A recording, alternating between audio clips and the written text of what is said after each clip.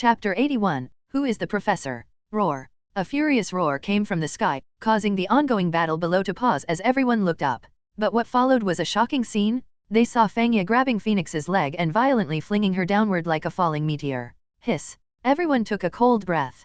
They were well aware of Phoenix's strength, but it was precisely because they understood her power that they were even more astonished. In their minds, Phoenix was immensely powerful, almost godlike. Yet, she had been caught by that violent man and tossed away like garbage. At the same time, they couldn't help but worry for Phoenix. If she really crashed to the ground, her body's constitution was not strong enough to survive, as her physique wasn't much stronger than an ordinary person's. Not good. Jean is in danger. Wolverine's face changed drastically, and he couldn't help but exclaim. He quickly moved towards Phoenix, intending to rescue her. But he wasn't the only one concerned about Phoenix's safety. In fact, all the superheroes present were worried for her. Among them, only Phoenix could stand against Fang Ye. If Phoenix was defeated, it meant that victory would tilt in favor of the Yi Foundation. However, no matter how fast Wolverine was, he couldn't match Phoenix's falling speed. In the end, he could only watch as Phoenix fell. Stop. Contrary to everyone's expectations, just as Phoenix was about to make contact with the ground, she shouted angrily, and her body suddenly stopped in midair. But at this moment, Phoenix's face turned extremely pale, and a trace of blood appeared at the corner of her mouth. I almost forgot that Jean has matter manipulation. Relieved to see Phoenix unharmed, Wolverine remembered her matter manipulation ability. Matter manipulation, also known as telekinesis, allowed Phoenix to fly by manipulating objects around her. However, Phoenix was not in a good condition right now. Fang Ye had just used all his strength to throw her, and countering such a powerful force wasn't easy. The trace of blood at the corner of her mouth was proof of that. Phoenix's body had gone from extreme speed to a sudden stop, and the recoil alone was enough to make her suffer. Roar. Seizing the opportunity to strike while Phoenix was weakened, Fang Ye landed and let out a furious roar. He leaped again, fists poised to attack Phoenix. Phoenix's expression changed, and only now did she realize Fang Ye's terror. Although the Hulk was also incredibly strong, his biggest flaw was his low intelligence. He didn't know how to use his strength efficiently, so Phoenix wasn't particularly wary of him. It was this underestimation that led Phoenix to underestimate Fang Ye until now. Roar. Phoenix let out a soft cry and once again used her matter decomposition ability. A powerful invisible storm gathered around her. With a loud bang, Fang Ye's fists collided with the storm, creating a series of massive shockwaves. Boom, boom, boom. However, Fang Ye seemed to have gone mad. His eyes turned red, and his killing intent surged as he continuously punched. He broke through the storm's defense and sent Phoenix, who was at the center of the storm, flying with a punch. Fortunately, Fang Ye's final punch had been counteracted by the storm, reducing its strength by 90%. Otherwise, Phoenix would have been turned into a pulp.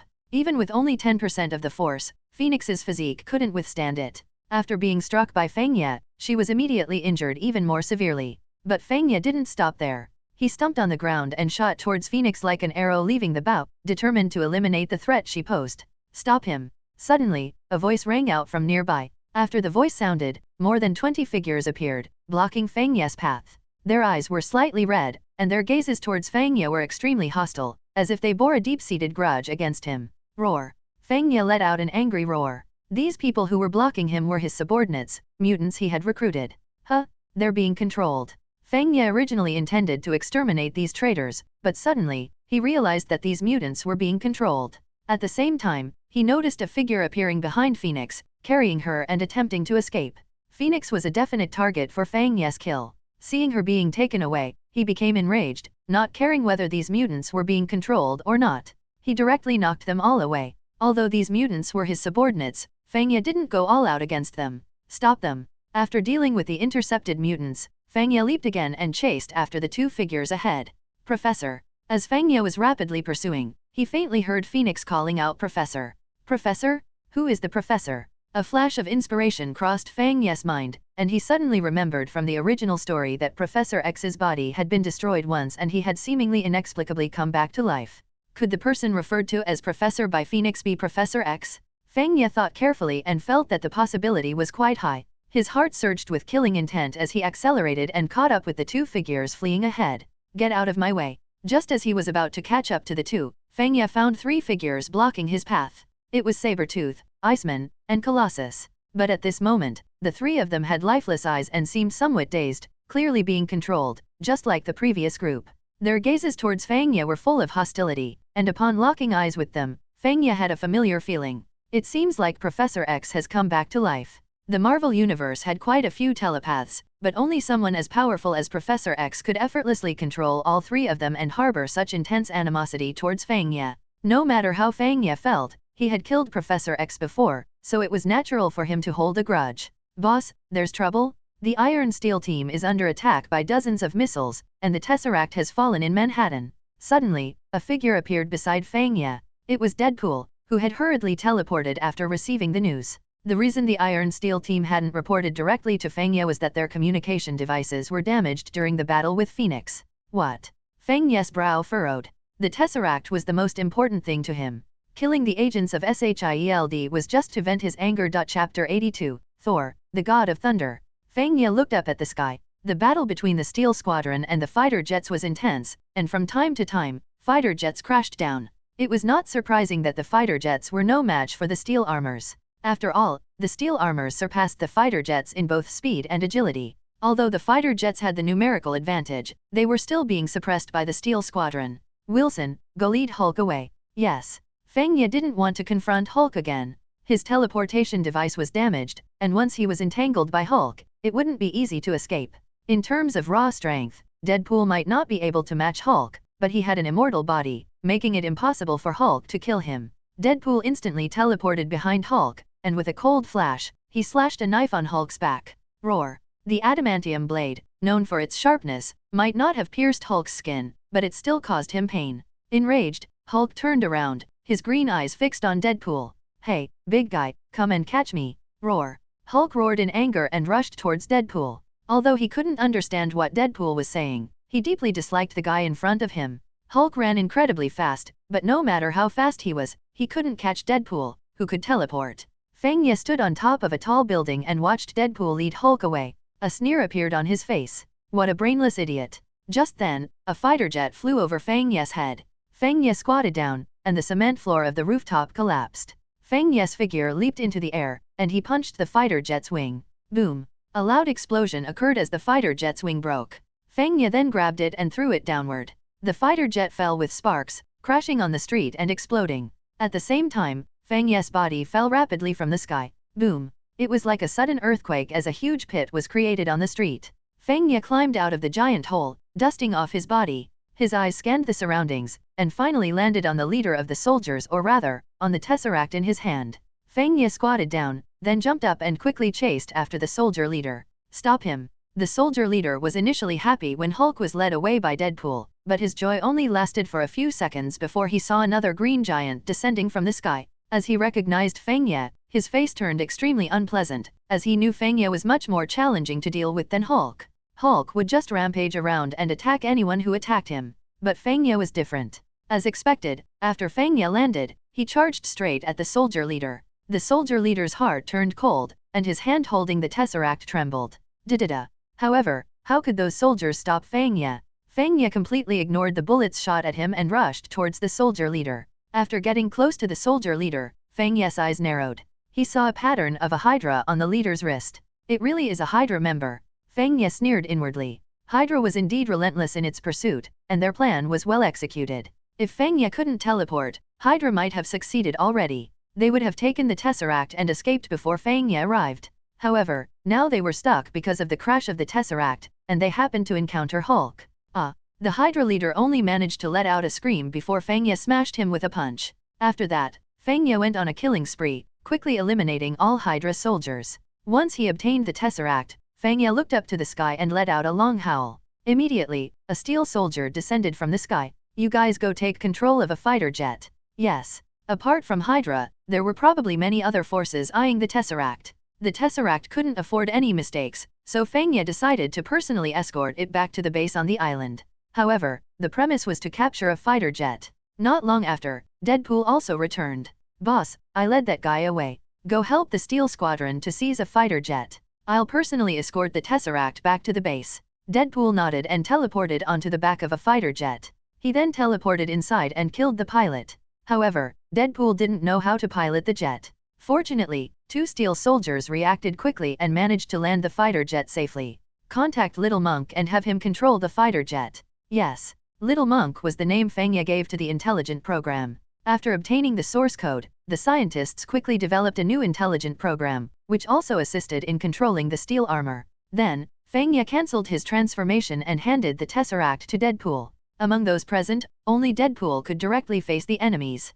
Perhaps the later versions of the steel armor could also do it. Just as Fang Ye handed the Tesseract to Deadpool, the rear door of the fighter jet was violently pulled open by someone. The person wore armor and had a beard on his face, carrying a hammer in his hand. He walked in arrogantly. Thor, I didn't expect someone among the insignificant mortals to recognize the great gods. Since you know who I am, hand over the Tesseract obediently. The Tesseract belongs to glorious Asgard. Thor's expression was full of pride, not placing Fang Ye and others in his eyes. Fang Ye hadn't said anything yet, but Deadpool couldn't stand it and sarcastically said, just some extraterrestrials, yet they dare to call themselves gods? Chapter 83, Is the God impressive?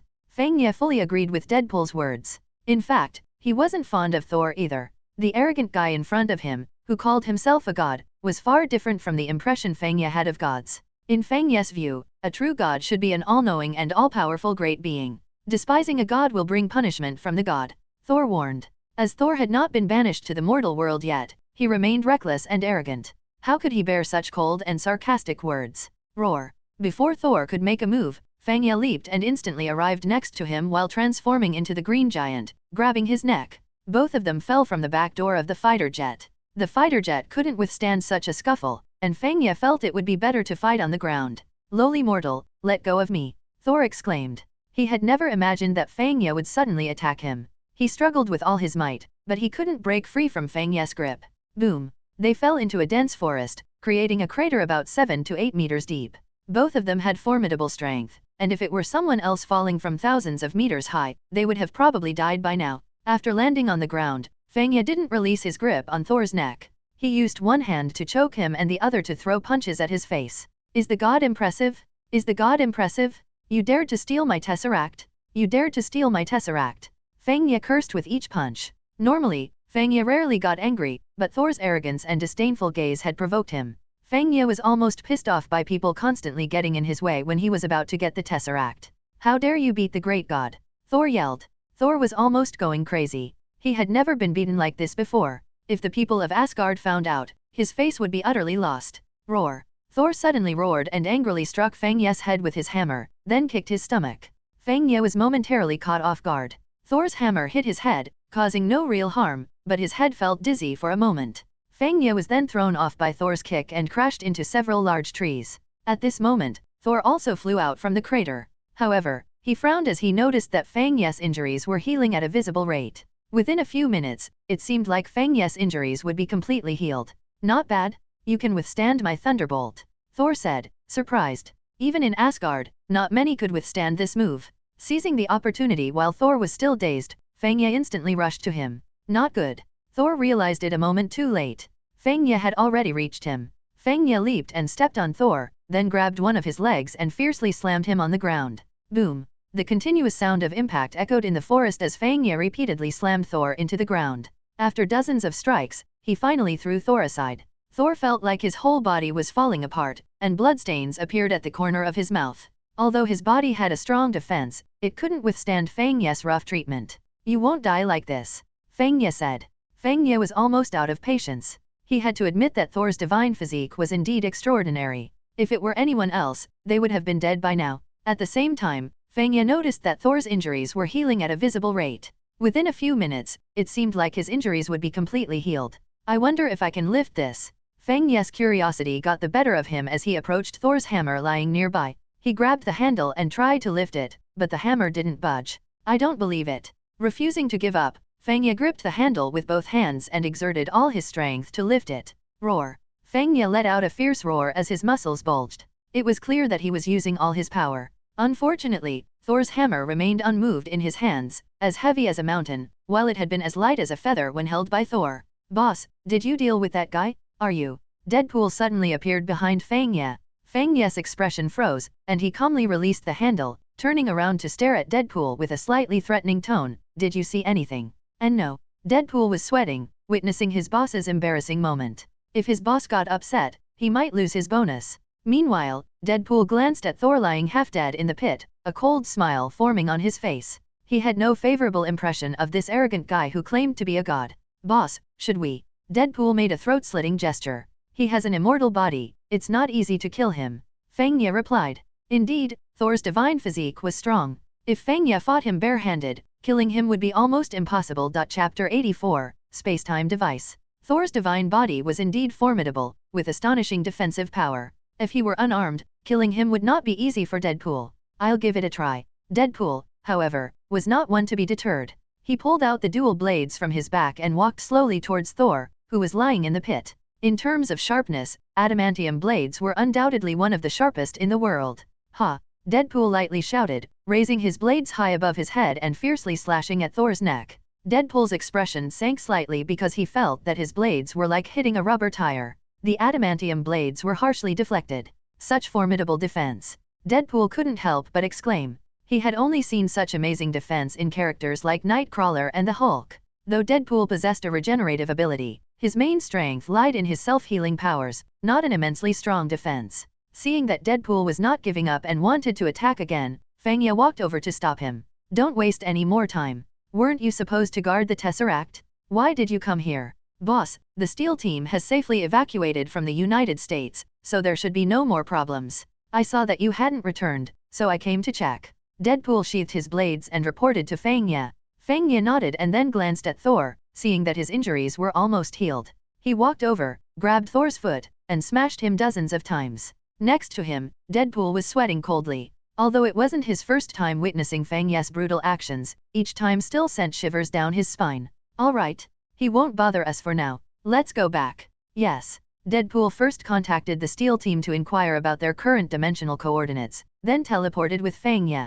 Back on the fighter jet, they saw the Tesseract securely placed there, and Fang Ye let out a sigh of relief. The journey thereafter was calm, with no further interceptions or missile launches from the US government. They safely arrived at the island base. After returning to the island base, Fang Ye took a shower and changed into a new pair of boxers. However, this new pair did not have a teleportation device installed. Then, Fang Ye summoned Dr. William. Dr. William, this is the Tesseract. I hope you can open a spacetime tunnel as quickly as possible. Yes. Dr. William was excited. He had heard many legends about the Tesseract, but this was the first time he saw the actual object. He held the Tesseract with hands slightly trembling. After taking a deep breath, he suppressed his excitement. Boss, we have already made all the preparations for the activation. With the Tesseract, we can try to open the spacetime tunnel at any time. Oh. Fang Ye's face revealed a hint of joy. He, too, wanted to open the spacetime tunnel as soon as possible, as he feared the US government would not give up easily.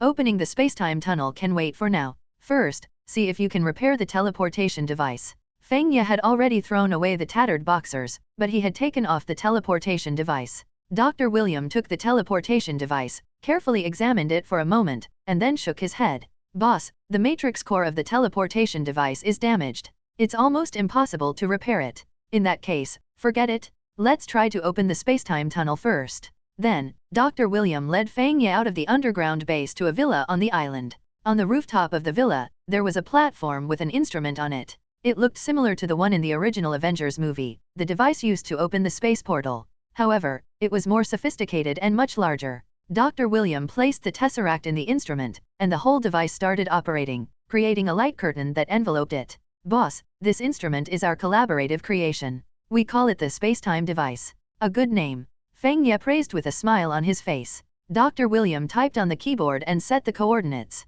Suddenly, the Tesseract vibrated, and a vast energy spread out, causing the spacetime device to rotate rapidly. After a moment, a beam of light shot up into the sky, and the sky about 100 meters high split open, revealing a portal-like black hole. We did it. Dr. William was excited. This was the first time in human history that a spacetime tunnel had been successfully opened. Fang Ye looked up at the spacetime tunnel with excitement. However, he didn't rush in right away because he wanted to take the Tesseract with him, along with the design of the device and the data that he had not yet seen.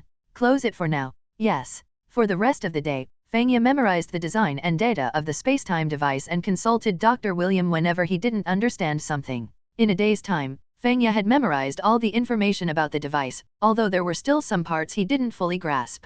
Nevertheless, he had committed it to memory as a precaution, in case he didn't return to the real world this time. If he ended up in another world, he could recreate the spacetime device. The next morning, Fang Ye called Dr. William, and they both came to the rooftop of the villa. Activate the device. Yes. Dr. William took the tesseract and placed it in the spacetime device. As the device started, the sky about 100 meters high split open again, with a diameter of nearly 100 meters. Turn it off. Following Fang Ye's command, Dr. William turned off the device. After the device shut down, Fang Ye reached out and grabbed the tesseract. At the same time, he transformed into the green giant, stomped on the ground, and soared towards the entrance of the spacetime tunnel in the sky. After Fang Ye entered the spacetime tunnel, the last scene he saw was the entire island being slapped into the sea by the enormous hand. The sea surged with towering waves, but he could not see what happened next as the entrance to the spacetime tunnel had closed completely. Who could it be? Thanos. Suddenly, a name popped into Fang Ye's mind,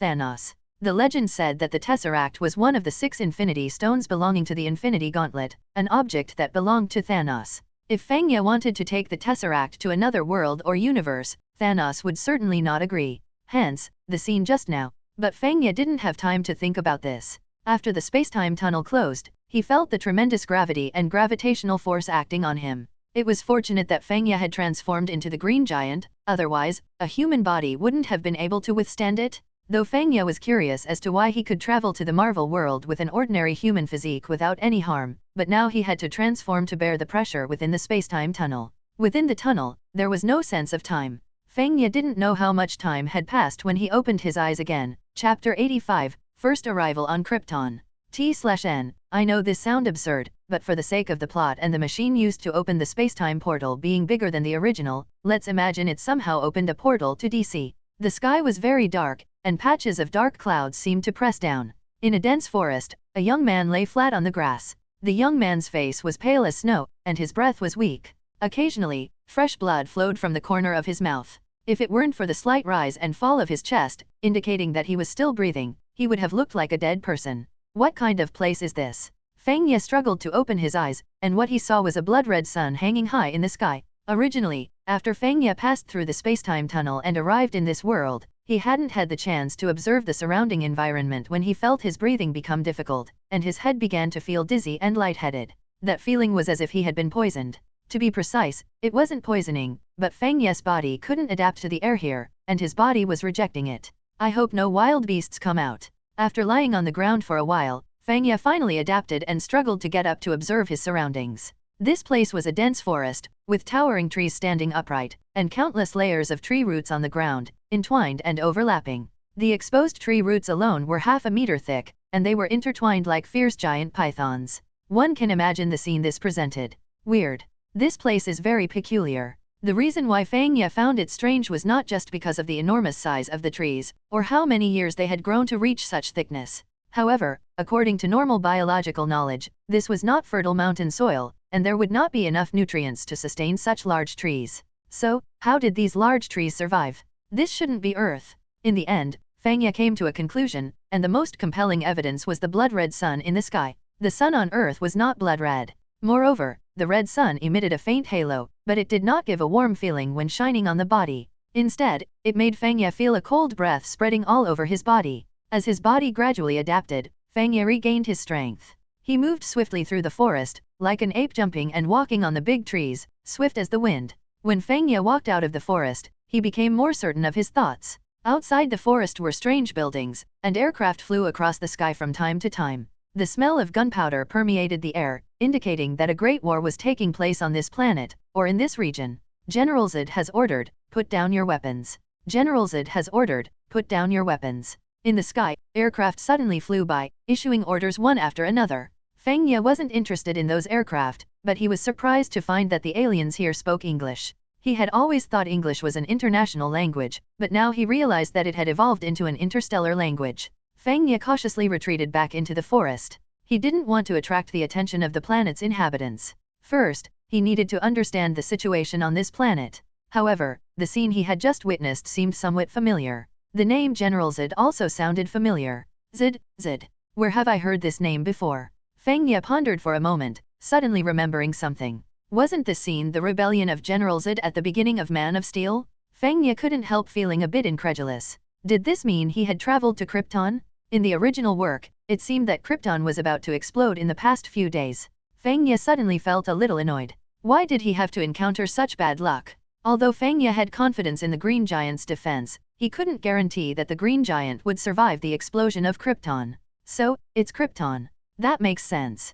Krypton was Superman's hometown, and Superman was still well known in the real world. When facing the destruction of Krypton, Superman's parents found the Earth in the vast universe, and sent the baby Superman away in a spacecraft when he was still a baby. The reason why Superman had such incredible abilities was that he absorbed the radiation from the Earth's sun. Although Krypton also had a sun, it was red, which meant that Kryptonians could not absorb radiation. However, due to the gravity of Krypton being 5 to 6 times that of Earth, Kryptonians had extremely strong physical constitutions. Additionally, the air on Krypton was different from Earth's, which was why Fang Ye had experienced discomfort and collapsed on arrival. If it weren't for Fang Ye's extraordinary physique and the injection of superhuman strengthening serum, an ordinary person from Earth would have died within minutes of arriving on Krypton due to their body not adapting. In the original Man of Steel, Superman also fainted due to not adapting to the air on Krypton, let alone other people. The Kryptonian Codex. A smile appeared at the corner of Fang Ye's mouth. He suddenly thought of the Kryptonian Codex.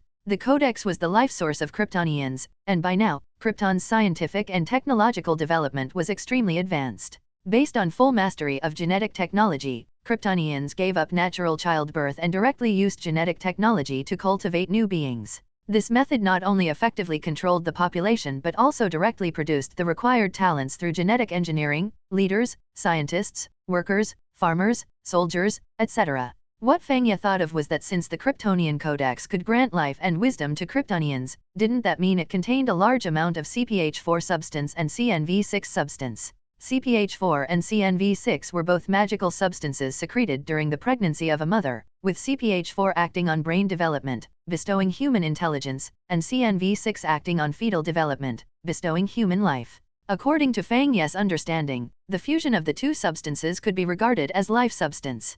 Kryptonians were artificially created beings, and their origin came from the Codex. Regardless of the birth of any life, it could not be without CNV6, and any birth of intelligence could not be without CPH4. If I fuse with the Kryptonian Codex, does that mean I can perfect the Green Giant's genes? Maybe even gain the ability of Kryptonians to absorb solar radiation. Fang Ye suddenly thought of this possibility, and the possibility was very high. Finally, Fang Ye had two goals in mind. First, seize the Kryptonian Codex and perfect the Green Giant's genes. Second, escape from Krypton, as it was going to explode in a few days. Oh no! Fang Ye suddenly thought that in the original work, Superman's father seemed to have stolen the Codex and then integrated it into Superman's body before sending him to Earth. If he arrived late, wouldn't the Codex be lost? Because Krypton's sun was red and could eliminate the superpowers of Kryptonians, they were just ordinary people on Krypton. Therefore, Fang Ye didn't need to worry about anything here. With the strength of the Green Giant, no one on Krypton could do anything to him. Thinking of this, Fang Ye rushed out of the forest. However, he was unfamiliar with Krypton, so he needed to find someone to ask about the situation. Fortunately, Kryptonians spoke English, otherwise, Fang Ye would have had to figure out how to communicate with them. Chapter 86, Seizing the Codex. As Fang Ye walked out of the forest again, the battle outside intensified. Fighter jets filled the sky, and the booming explosions echoed through the void. Laser beams crisscrossed the sky, and occasional aircraft crashed to the ground. Fang Ye's figure was agile and swift as he moved among the peculiar buildings. He didn't transform into the Green Giant because the Green Giant's appearance was too eye-catching. Instead, he maintained his Asian appearance, which was quite unique on Krypton. However, it was much better than transforming into the Green Giant. The flames of war engulfed the entire Krypton, and there was not a single person on the streets. Every household had their doors and windows tightly shut. During his journey, Fang Ye encountered several Kryptonians and interrogated them about the location of the Kryptonian Codex. Unfortunately, those Kryptonians were just commoners, and they had no knowledge of where the Codex was kept. Knock, knock, knock. When he arrived at a castle, Fang Ye stopped his steps. In his opinion, whoever could afford to live in a castle couldn't be an ordinary person. Shortly after Fang Ye knocked on the door, the owner of the castle opened it. Fang Ye found that the person on the other side was a middle-aged woman. She was elegant, dignified, and beautiful, which indicated that she was not an ordinary person. She might even be a noble among Kryptonians. A smile appeared on Fang Ye's face, not because he was interested in the middle-aged woman, but because he had recently asked several Kryptonians about the Codex's whereabouts, and unfortunately, none of them knew. However, this middle-aged woman didn't seem ordinary, so she might have the information he sought. Seeing Fang Ye's Asian face, the middle-aged woman's expression tightened, and she instinctively took a few steps back. Who are you? Who I am is none of your concern. You just need to answer a few questions for me. I am asking who you are? You're not a Kryptonian. I just want to know where the Kryptonian Codex is placed. I believe you will be happy to tell me, or else I don't mind stripping you naked and throwing you on the street for others to admire. You. Facing Fang Ye's shameless threat, the middle-aged woman eventually gave in. After learning the location of the Codex, Fang Ye hurriedly rushed over. He had to steal the Codex before Superman's father could integrate it into Superman's body and send him to Earth. Otherwise, he would have no hope. Even if he returned to Earth later, the Green Giant wouldn't necessarily be Superman's opponent. Moreover, Krypton's sun was red, which restricted the abilities of Kryptonians. On Krypton, they were just ordinary people, making it the best opportunity for Fang Ye to seize the Codex. However, it was undeniable that Kryptonians were an absolutely terrifying race. Compared to Earthlings, Kryptonians had a set of incredibly powerful body systems. First, their bodies could directly absorb nuclear fusion, the pure energy produced by stars. It could be understood that Kryptonians had two sets of digestive systems. One was a digestive system similar to humans, converting food into bioenergy through a series of chemical reactions. The other system could directly convert pure energy, solar energy, into usable power. This energy system was extremely powerful, as if Kryptonians had an advanced nuclear energy absorption and conversion device within their bodies. This allowed Kryptonians to have an almost limitless supply of energy, granting them immensely strong bodies, incomparable strength, and iron-like muscles and bones. Moreover, even if they were injured, their energy could rapidly heal their wounds. In short, there was a perfect fusion between Kryptonians' bodies and energy. If this race hadn't been wiped out, it would have been capable of dominating the universe. Fang Ye was quite envious of the Kryptonians' ability to absorb solar radiation. Although he had successfully fused with the Green Giant's serum, the Green Giant's genes still had significant defects. This time, he had the opportunity to steal the Codex, perfect the Green Giant's genes, and maybe even gain the ability to absorb solar radiation just like the Kryptonians. Fang Ye absolutely didn't want to miss this chance. As Fang Ye was rushing forward at high speed, he suddenly noticed a strange beast flying overhead. The creature had 4 wings and somewhat resembled a western pterosaur, but the most eye-catching thing was that there seemed to be a person sitting on the beast's back. Oh no! Fang Ye suddenly remembered that in the original plot, this strange beast was Superman's father's mount, and Superman's father rode it to steal the Codex. Moreover, the direction in which the beast was flying seemed to be the central chamber, which the middle-aged woman mentioned. The central chamber was the sacred place of the Kryptonians, where all Kryptonians were born, and the Codex was stored below the nutrient pool in the central chamber. Roar! Seeing Superman's father flying away on the beast, Fang Ye couldn't sit still. He immediately transformed into the Green Giant and flew after Superman's father at high speed. Unfortunately, the beast's speed was extremely fast, and although Fang Ye did his best to catch up, the distance between them kept increasing. Darn it! Fang Ye cursed inwardly and turned around, rushing towards another direction. Since he couldn't catch up with Superman's father, he decided to wait in Superman's father's castle. No matter what, Superman's father would undoubtedly come back, and as long as he guarded the newborn Superman, he had a chance to get the Codex. Boom, boom, boom. As Fang Ye ran and jumped, he was suddenly hit by laser beams from several fighter jets. Several fighter jets surrounded Fang Ye from above, and their continuous laser fire struck him. However, as powerful as the laser cannons were, they couldn't harm Fang Ye. The Green Giant was too eye-catching, and Fang Ye had been running without concealing his appearance. It was impossible not to attract the attention of the Kryptonians. Fang Ye originally didn't want to entangle with the Kryptonian military and just wanted to hurry to Superman's father's castle. However, the Kryptonian fighter jets persisted and occasionally fired lasers to disrupt Fang Ye's progress. Roar! Fang Ye roared to the sky. Being chased by the fighter jets, he couldn't travel quickly. Since these Kryptonians didn't know how to appreciate kindness, Fang Ye didn't mind disposing of them with his bare hands. Fang Ye's feet pushed off the ground, and he jumped onto one of the fighter jets. With a single punch, he smashed the back of the jet, causing a large dent. The pilot inside was almost knocked unconscious. Fang Ye landed blows 3 or 4 times in succession, and the last advanced fighter jet was dismantled by Fang Ye's raw power. Before the fighter jet was about to crash, Fang Ye leaped onto another fighter jet. In just a moment, Fang Ye had dismantled all the fighter jets. Chapter 87, absorbing half of the Codex. Barehanded, he dismantled 7 or 8 fighter jets, and just before the last one crashed, Fang Ye jumped off the fighter jet. Boom! As Fang Ye descended from the sky, the last fighter jet crashed to the ground, and the wreckage scattered everywhere. Among them, several lucky Kryptonians survived the impact and were lying on the ground groaning in pain. Crack! Fang Ye didn't show any mercy to these Kryptonians. He walked over and crushed their heads under his foot. With such a commotion here, it would definitely attract other Kryptonian troops. If he didn't kill these Kryptonians, would he leave them alive to report his whereabouts? Fang Ye didn't want to get entangled with the Kryptonian army. If it delayed him from fusing the Codex into Superman's body and sending Superman back to Earth, he would truly be at a loss. After dealing with a few Kryptonians, Fang Ye didn't waste any more time. He alternated between running and leaping, rushing at high speed towards the castle of Superman's father, Jor-El. Don't be fooled by the movies, Krypton is actually quite vast.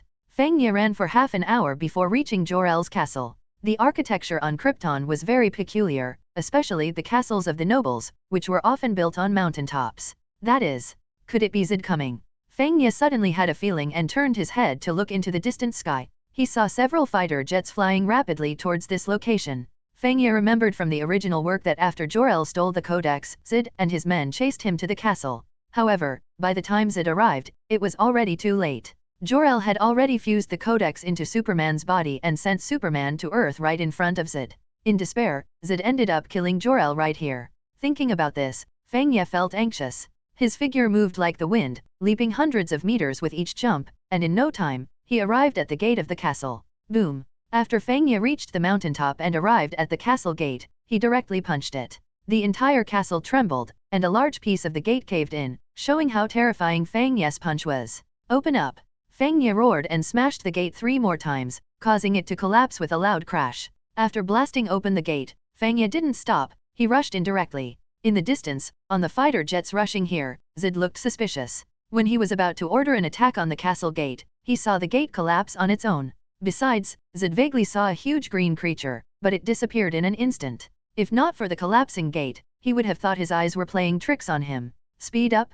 The Codex is Krypton's hope, and there must be no mistakes. Yes. As Fang Ye charged into the castle, he headed straight for the main hall. Just as Fang Ye reached the hall, he was intercepted by Jor-El, who was wearing battle armor. Without hesitation, Jor-El fired his energy gun, shooting a laser at Fang Ye's chest. Jor-El's skills were indeed excellent. He perfectly demonstrated the meaning of scientists know martial arts, unstoppable. He could swim, ride flying dragons, and defeat many soldiers quickly with a gun. Fang Ye ignored the laser shot into his chest and fixed his gaze on the baby floating above the hall, the Codex. The Codex looked like a skull, but much smaller than a human skull. At this moment, it was melting and merging into the baby suspended above it. Who are you? Jor-El looked solemn, his hand trembling slightly as he steadied the energy gun. In fact, when Fang Ye broke through the gate, Jor-El already knew that someone had intruded.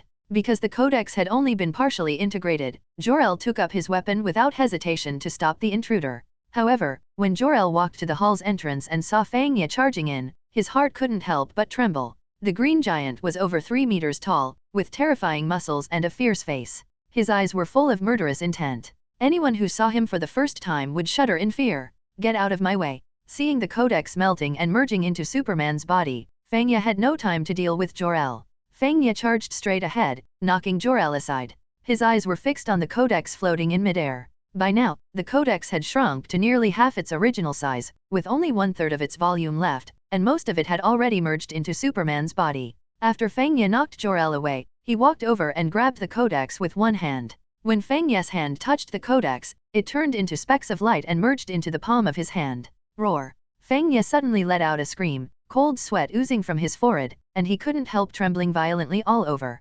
Pain? Extremely intense pain? If Fang Ye could see inside his body, he would find that after absorbing 1/3 of the Codex, the green giant's genes were rapidly breaking down. It was true that the Codex contained the essence of life, but it also contained the genes of Kryptonians. When Fang Ye absorbed the Codex, he not only absorbed a large amount of life essence but also the genes of Kryptonians. Whether it was the green giant's genes or the Kryptonian genes, both were incredibly powerful genes. The two genes were at odds with each other, turning Fang Ye's body into a battlefield, constantly devouring each other. In the end, the green giant's genes gained the upper hand, not because Superman's genes were inferior, but because the green giant's genes evolved and improved rapidly after absorbing a large amount of life essence, gradually suppressing the Kryptonian genes. Roar! Fang Ye kept groaning in pain, pounding his fists on the ground, causing the entire castle to shake violently. After a moment, Fang Ye couldn't hold on any longer and fell unconscious on the ground, and his transformation also ended.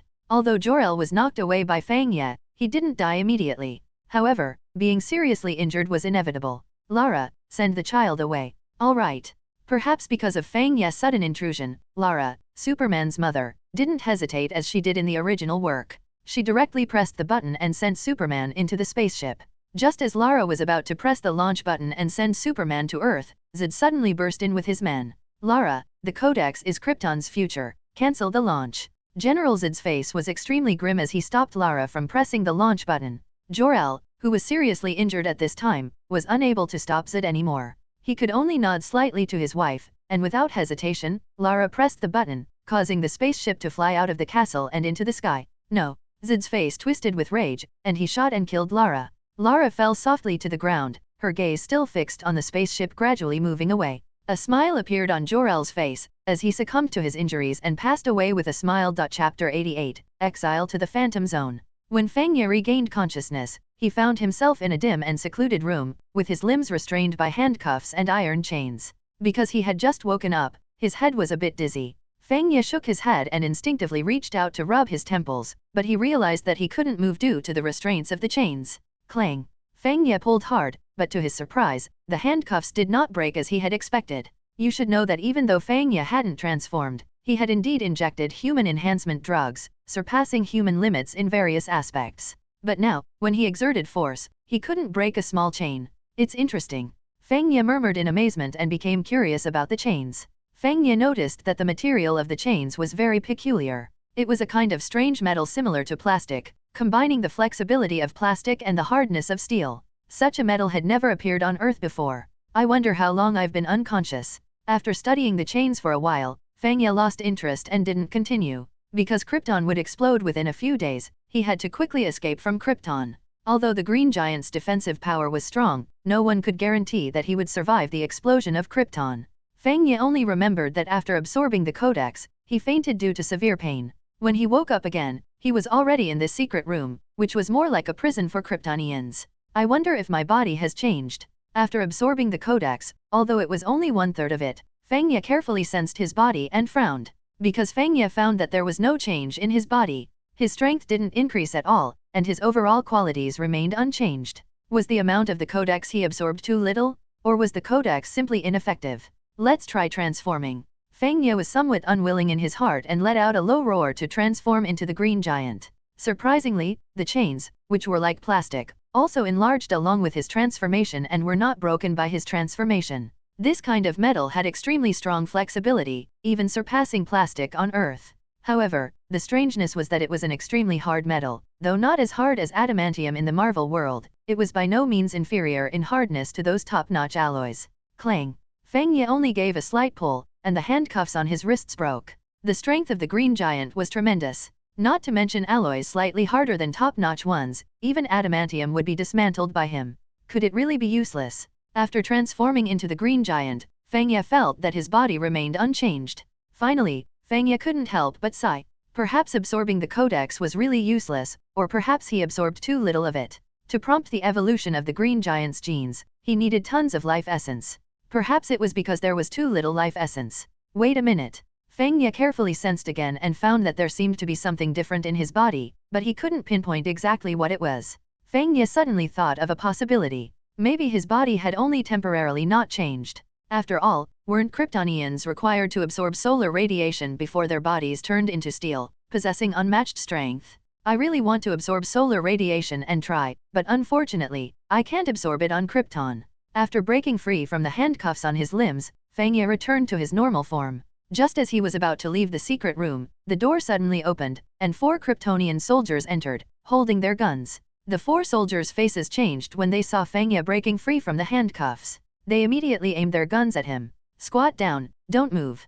Fang Ye had intended to take action and eliminate these soldiers. Although Kryptonians had much stronger physical qualities than Earthlings, they still had a huge gap compared to Fang Ye, who had injected human enhancement drugs. It wouldn't be difficult for Fang Ye to take them down. However, Fang Ye suddenly had an idea because he remembered that Kryptonian law did not have the death penalty. The most severe punishment was to imprison their physical bodies and exile them to the Phantom Zone. In the original plot, after S.H.I.E.L.D's rebellion failed, he and his followers were exiled to the Phantom Zone. It was also because of this that S.H.I.E.L.D and his followers escaped the fate of being buried with Krypton in the explosion. Fang Ye wanted to escape from Krypton, so wasn't this an opportunity? How did you break free from the handcuffs? One of the Kryptonian soldiers, holding a gun, approached Fang Ye cautiously, and one of them sternly asked. However, before the 4 Kryptonian soldiers could react, Fang Ye suddenly erupted, breaking the necks of 2 soldiers, and kicked another soldier, sending him flying and crashing into the wall, clearly out of breath. Fang Ye's strength was not weak, and a regular Kryptonian, when kicked by him, would either die or suffer severe injuries. Cell 58 has a prison break? Requesting backup. Cell 58 has a prison break? Requesting backup. The last Kryptonian soldier retreated while calling for backup. Fang Ye deliberately left this last soldier alive. He wanted to make a big scene, as killing on Krypton was an extremely serious crime. Also, due to the absence of the death penalty in their law, almost all murder convictions resulted in exile to the Phantom Zone. Don't move, crouch down. After a while, a large group of Kryptonian soldiers arrived, each holding an energy weapon. This time, Fang Ye cooperated fully and allowed the Kryptonian soldiers to tie him up. Afterwards, Fang Ye was escorted by the group of Kryptonian soldiers to a spacious and luxurious conference hall, where he saw S.H.I.E.L.D and his followers, who had rebelled but failed, receiving their sentence from the Elders' Council. Just as in the original plot, although S.H.I.E.L.D's rebellion was thwarted due to Fang Ye's appearance, he was still sentenced by the Elders' Council. A Kryptonian elder walked over with a solemn expression, his gaze serious as he looked around, finally resting on General S.H.I.E.L.D. General S.H.I.E.L.D, you have committed the crimes of murder and treason. The Elders' Council sentences you and your accomplices to imprisonment of your physical bodies and exile to the Phantom Zone for 300 years. At this moment, a Kryptonian soldier whispered a few words to the elder. Upon hearing this, the elder's gaze turned to Fang Ye. Who are you? Why are you on Krypton? And why did you kill our Kryptonian soldiers? Kryptonians resembled Western humans in appearance. There had never been any Asians on Krypton, and Kryptonians had long abandoned natural childbirth, directly using genetic technology to cultivate new Kryptonians. Therefore, Asian faces had never appeared among Kryptonians. Moreover, Kryptonians had extremely advanced technology, and they had explored the universe many years ago. They weren't particularly curious about aliens. It should be noted that at Krypton's peak, they had many colonized planets. However, as Krypton continued to develop and resources gradually depleted without finding new resource-rich planets, they ended up being confined to Krypton.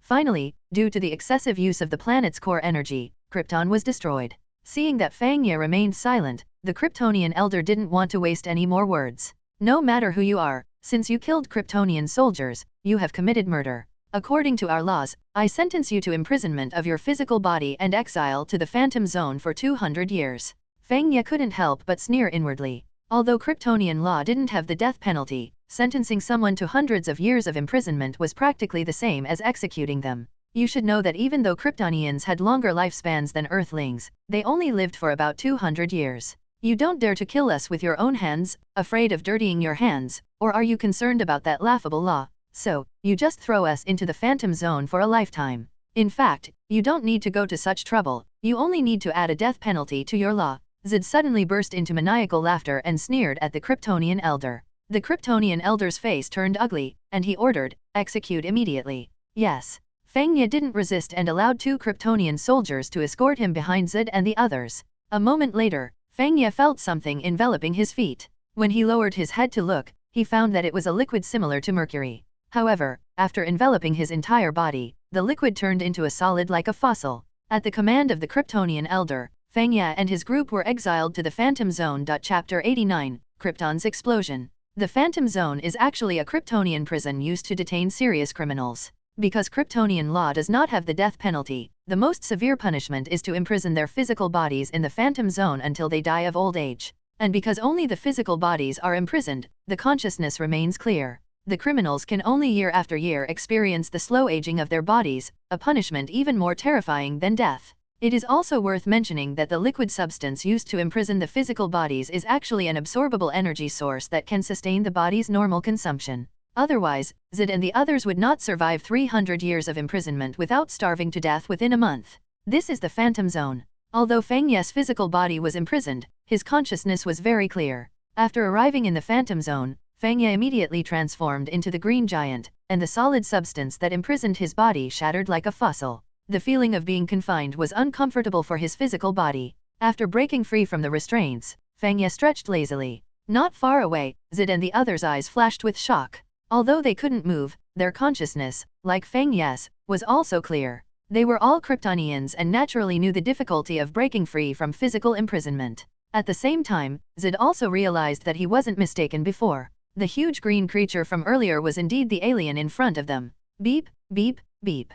After Fang Ye broke free from the restraints, a series of alarms sounded. The Phantom Zone was not a planet, it was actually an abandoned spaceship floating in space, controlled by Kryptonians. Fang Ye couldn't help but sneer inwardly. At this moment, the Kryptonians were preoccupied with their own crisis, they wouldn't have time to trouble him. Following Fang Ye's gaze, he saw Krypton in the distance. But at this moment, Krypton was experiencing volcanic eruptions, mudslides, tornadoes, sandstorms, landslides, floods, tsunamis, earthquakes, forest fires. A series of natural disasters were happening, and this was truly the end of the world. Boom. With continuous disasters, the entire Kryptonian civilization was completely destroyed. A muffled sound came from the distant void, and Krypton exploded into a pile of debris in an instant. The terrifying shockwave spread, sweeping in all directions, tearing apart the void and even directly annihilating everything in its path. Fang Ye was secretly shocked. Fortunately, he had escaped from Krypton, otherwise, even with the Green Giant's defense, he probably wouldn't survive the explosion.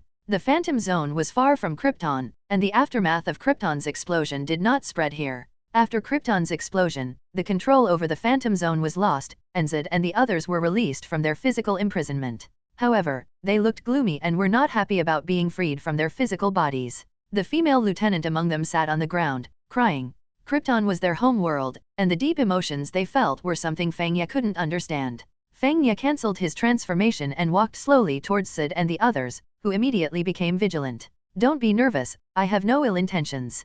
Who are you? S.H.I.E.L.D frowned, and they were not curious about aliens since Kryptonians' ancestors had controlled many colonized planets, and they had encountered aliens before. Unlike Earthlings, who seemed to treat aliens as mythical creatures. Fang Ye looked at them and smiled faintly. General S.H.I.E.L.D, let's get to know each other formally. I am Fang Ye, an Earthling. Nice to meet you. Earthling. Yes, an Earthling. General S.H.I.E.L.D, I think we can cooperate.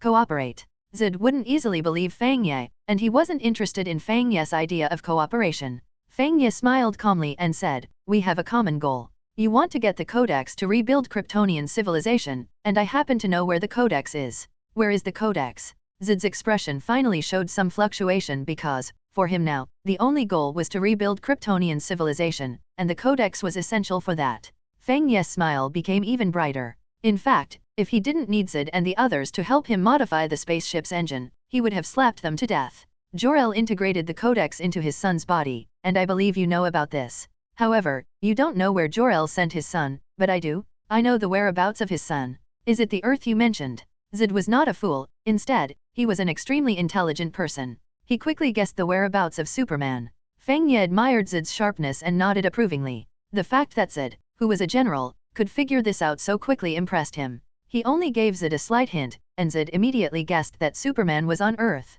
Yes, it's Earth. Mr. Fang, do you know how to get to Earth? We need the interstellar coordinates for Earth. The Codex was related to the reconstruction of Kryptonian civilization, and S.H.I.E.L.D couldn't ignore it. In fact, when it came to Kryptonians, they were quite tragic. Their fate was predetermined from birth. Fang Ye shook his head slightly, as he didn't know the interstellar coordinates for Earth since he had arrived on Krypton through a space-time tunnel. I came to Krypton through a space-time tunnel. I don't know the interstellar coordinates for Earth. However, I do know that Earth is not more than 30 light-years away from Krypton. 30 light-years. Mr. Fang, I'm glad to cooperate with you. S.H.I.E.L.D smiled and extended his hand. Fang Ye smiled back, extending his right hand to shake hands with S.H.I.E.L.D, thus officially reaching a cooperation agreement. After pondering for a moment, Fang Ye said to S.H.I.E.L.D, General S.H.I.E.L.D, to go to Earth, we must have a spaceship. Do you have any plans? In fact, this abandoned spaceship only needs its engine modified, and there won't be any problem with flying. However, this spaceship is too old, and we need to repair it. After modifying the spaceship, I plan to go to the outpost station and see if we can find anything useful. Fang Ye nodded and didn't object to S.H.I.E.L.D's decision because he knew nothing about modifying a spaceship. However, according to the original plot, it seemed that S.H.I.E.L.D had also done the same and found a phantom drive at the outpost station. For the next month, S.H.I.E.L.D and the others modified the spaceship. After their modifications, the entire ship was refreshed. Today, S.H.I.E.L.D found Fang Ye. Mr. Fang, the spaceship has been modified, and we can set off now. Then let's go. I also want to return to Earth as soon as possible. Chapter 90, World Engine. Standing with his hands behind his back in the spaceship's command room, Fang Ye gazed at the brilliant stars in the distance. Having heard from S.H.I.E.L.D that the engine had been successfully modified, a smile of profound meaning appeared at the corners of Fang Ye's mouth. He turned around slowly and asked with a smile, "General S.H.I.E.L.D, I heard that the world engine can distort space-time. In theory, does that mean it can perform time-space jumps, like traveling to another parallel universe?"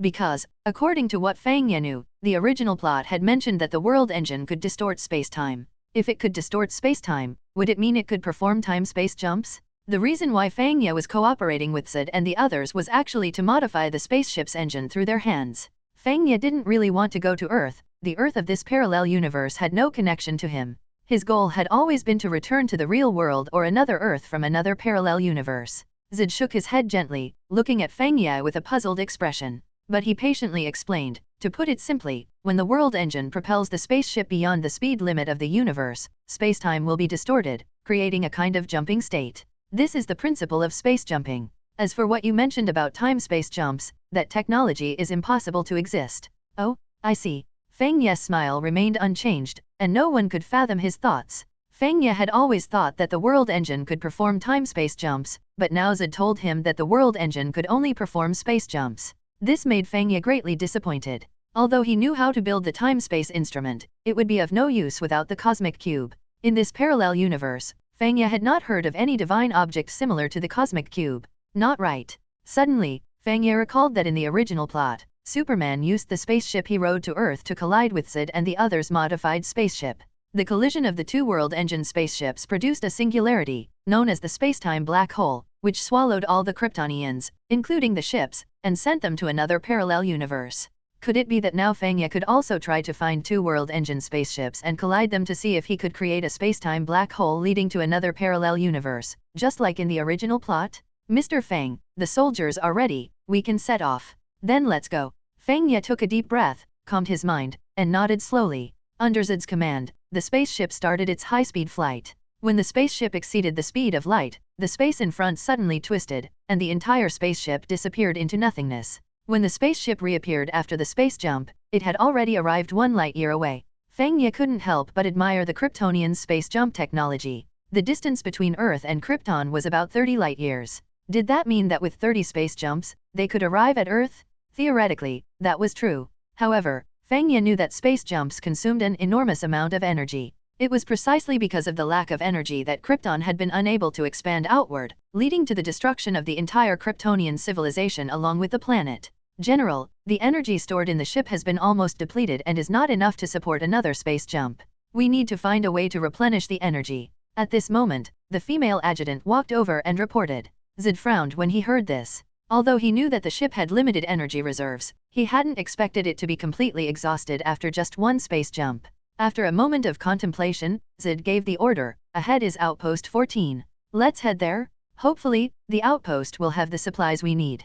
Yes. The spaceship changed its course and flew straight to Outpost 14. This outpost was, in fact, an abandoned planet, once used by Krypton to explore the universe. When the spaceship landed at Outpost 14 and conducted a search, they found exactly what was described in the original plot. They found a world engine spaceship. The Kryptonians on the spaceship had long since died, and the spaceship was heavily damaged. Repairing the spaceship was almost impossible due to the lack of repair materials. "General, the energy stored in this spaceship is enough for 5 space jumps. How severe is the damage to the spaceship?"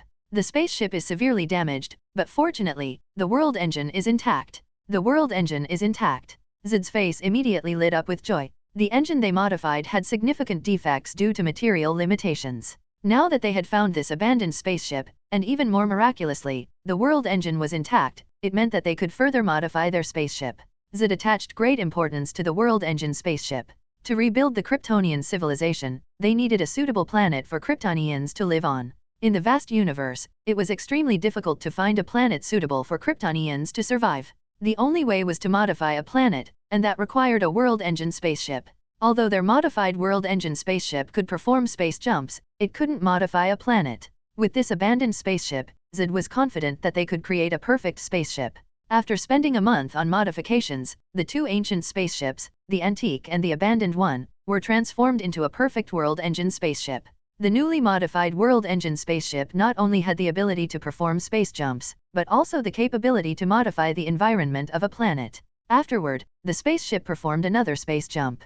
Since Fang Ye had told them that Earth was about 30 light-years away from Krypton, S.H.I.E.L.D ordered a search within a radius of 30 light-years from Krypton, hoping to find the Earth mentioned by Fang Ye. What's that? After the spaceship completed the space jump again, a star appeared in front of them. The star emitted a faint yellow light similar to the sun, and the change in Fang Ye's body was due to absorbing the radiation from this star. Fang Ye felt the cells in his body suddenly becoming more active, and a warm feeling enveloped his entire body. This is the sun. No, it's just a star similar to the sun, with a volume of only about 1/10 of the sun's. Not only did Fang Ye's body change, S.H.I.E.L.D and the others also felt a change in their bodies. Originally, Fang Ye had wondered how S.H.I.E.L.D and the others had the strength to fight Superman one-on-one when they arrived on Earth. After all, Superman had absorbed solar radiation since childhood, and it took decades for him to possess such formidable strength. Now, Fang Ye understood that S.H.I.E.L.D and the others had also found a star similar to the sun in the universe. This could explain how they acquired their strength.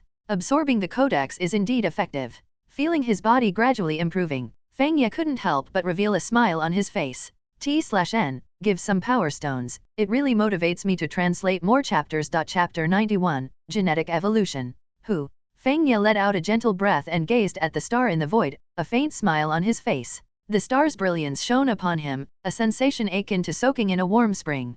A gentle warmth spread through his limbs and body. Fang Ye could feel every cell in his body, each one more active than ever before. Just as I speculated, it really requires absorbing stellar radiation to fully activate the genes. Fang Ye muttered to himself. Indeed, as Fang Ye had guessed, after absorbing the Codex that day, he triggered the evolution of the Green Giant gene. Additionally, by devouring the genes of the Kryptonians, the Green Giant gene within him gained the ability to absorb stellar radiation. However, just like the Kryptonians, without absorbing stellar radiation, the genes within him remained inactive. But now, with the absorption of stellar radiation, his genes were fully awakened. If the previous Green Giant gene had defects, the current one was flawless. Of course, the evolution of the Green Giant gene had both pros and cons. The advantage was that Fang Ye gained the ability to absorb stellar radiation. By continuously absorbing it, he could endlessly enhance his strength and defense. He also acquired the power of flight. The disadvantage was that due to the evolution of the Green Giant gene, even when Fang Ye transformed into the Green Giant and removed the emotional control, his rationality wouldn't be overwhelmed by anger, and correspondingly, his strength wouldn't be infinitely enhanced by anger.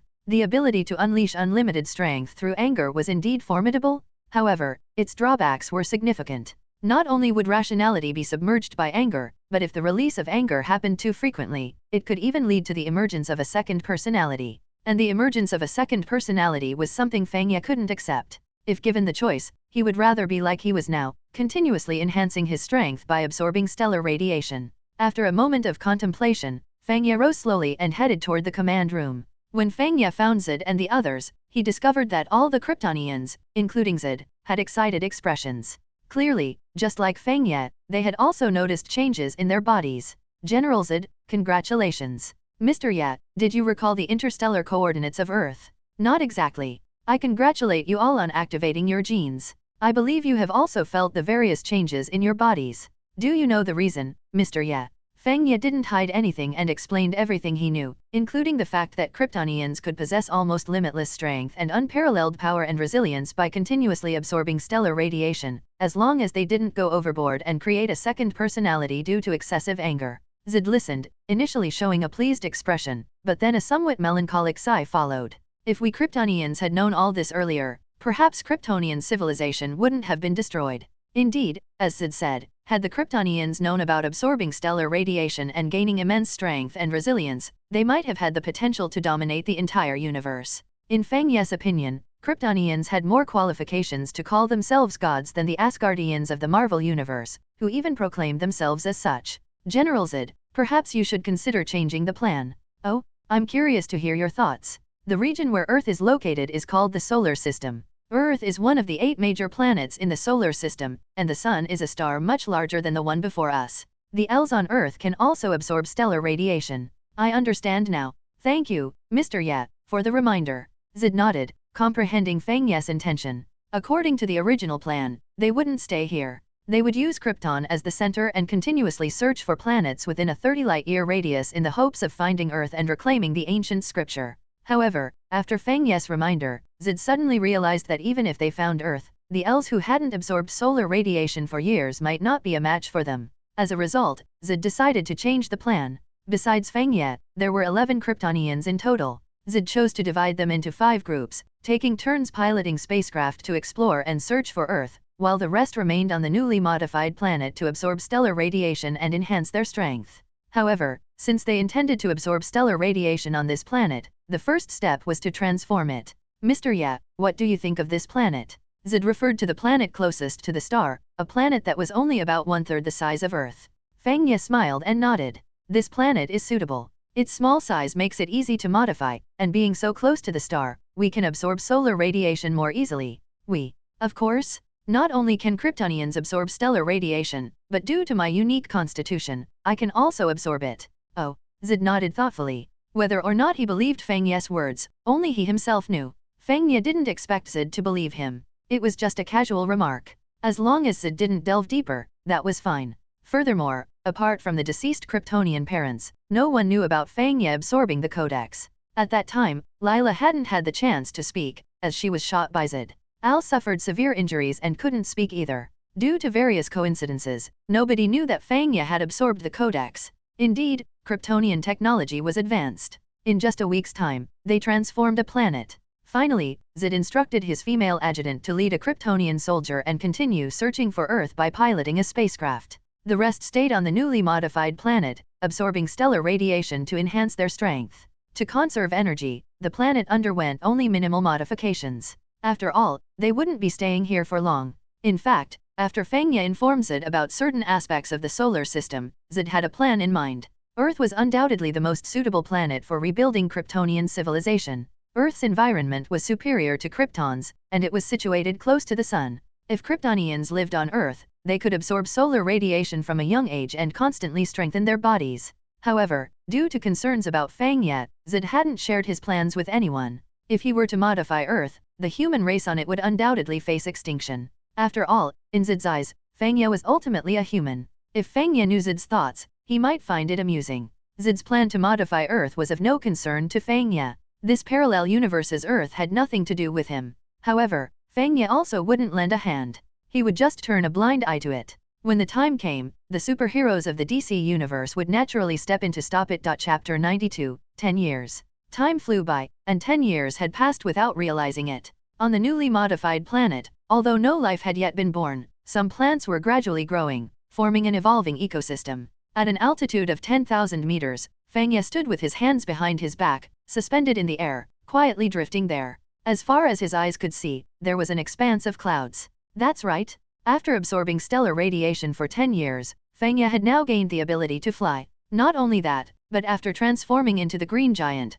Fang Ye's strength and defense had also increased nearly tenfold. The Green Giant gene is truly overbearing. Silently feeling the energy consumed by the Green Giant gene within his body, Fang Ye couldn't help but sigh inwardly. Over the past 10 years, the energy absorbed had been almost entirely taken in by the Green Giant gene. The advantage was that after transforming into the Green Giant, whether it was strength or defense, they had both increased nearly tenfold. At this point, Fang Ye couldn't even estimate how strong his current power was. The only thing he could be sure of was that not long ago, Fang Ye had single-handedly defeated S.H.I.E.L.D. and the others, effortlessly besting them. It should be noted that even though S.H.I.E.L.D. and the others had become quite powerful after absorbing stellar radiation for 10 years, they still couldn't compare to their strength when they arrived on Earth in the original storyline.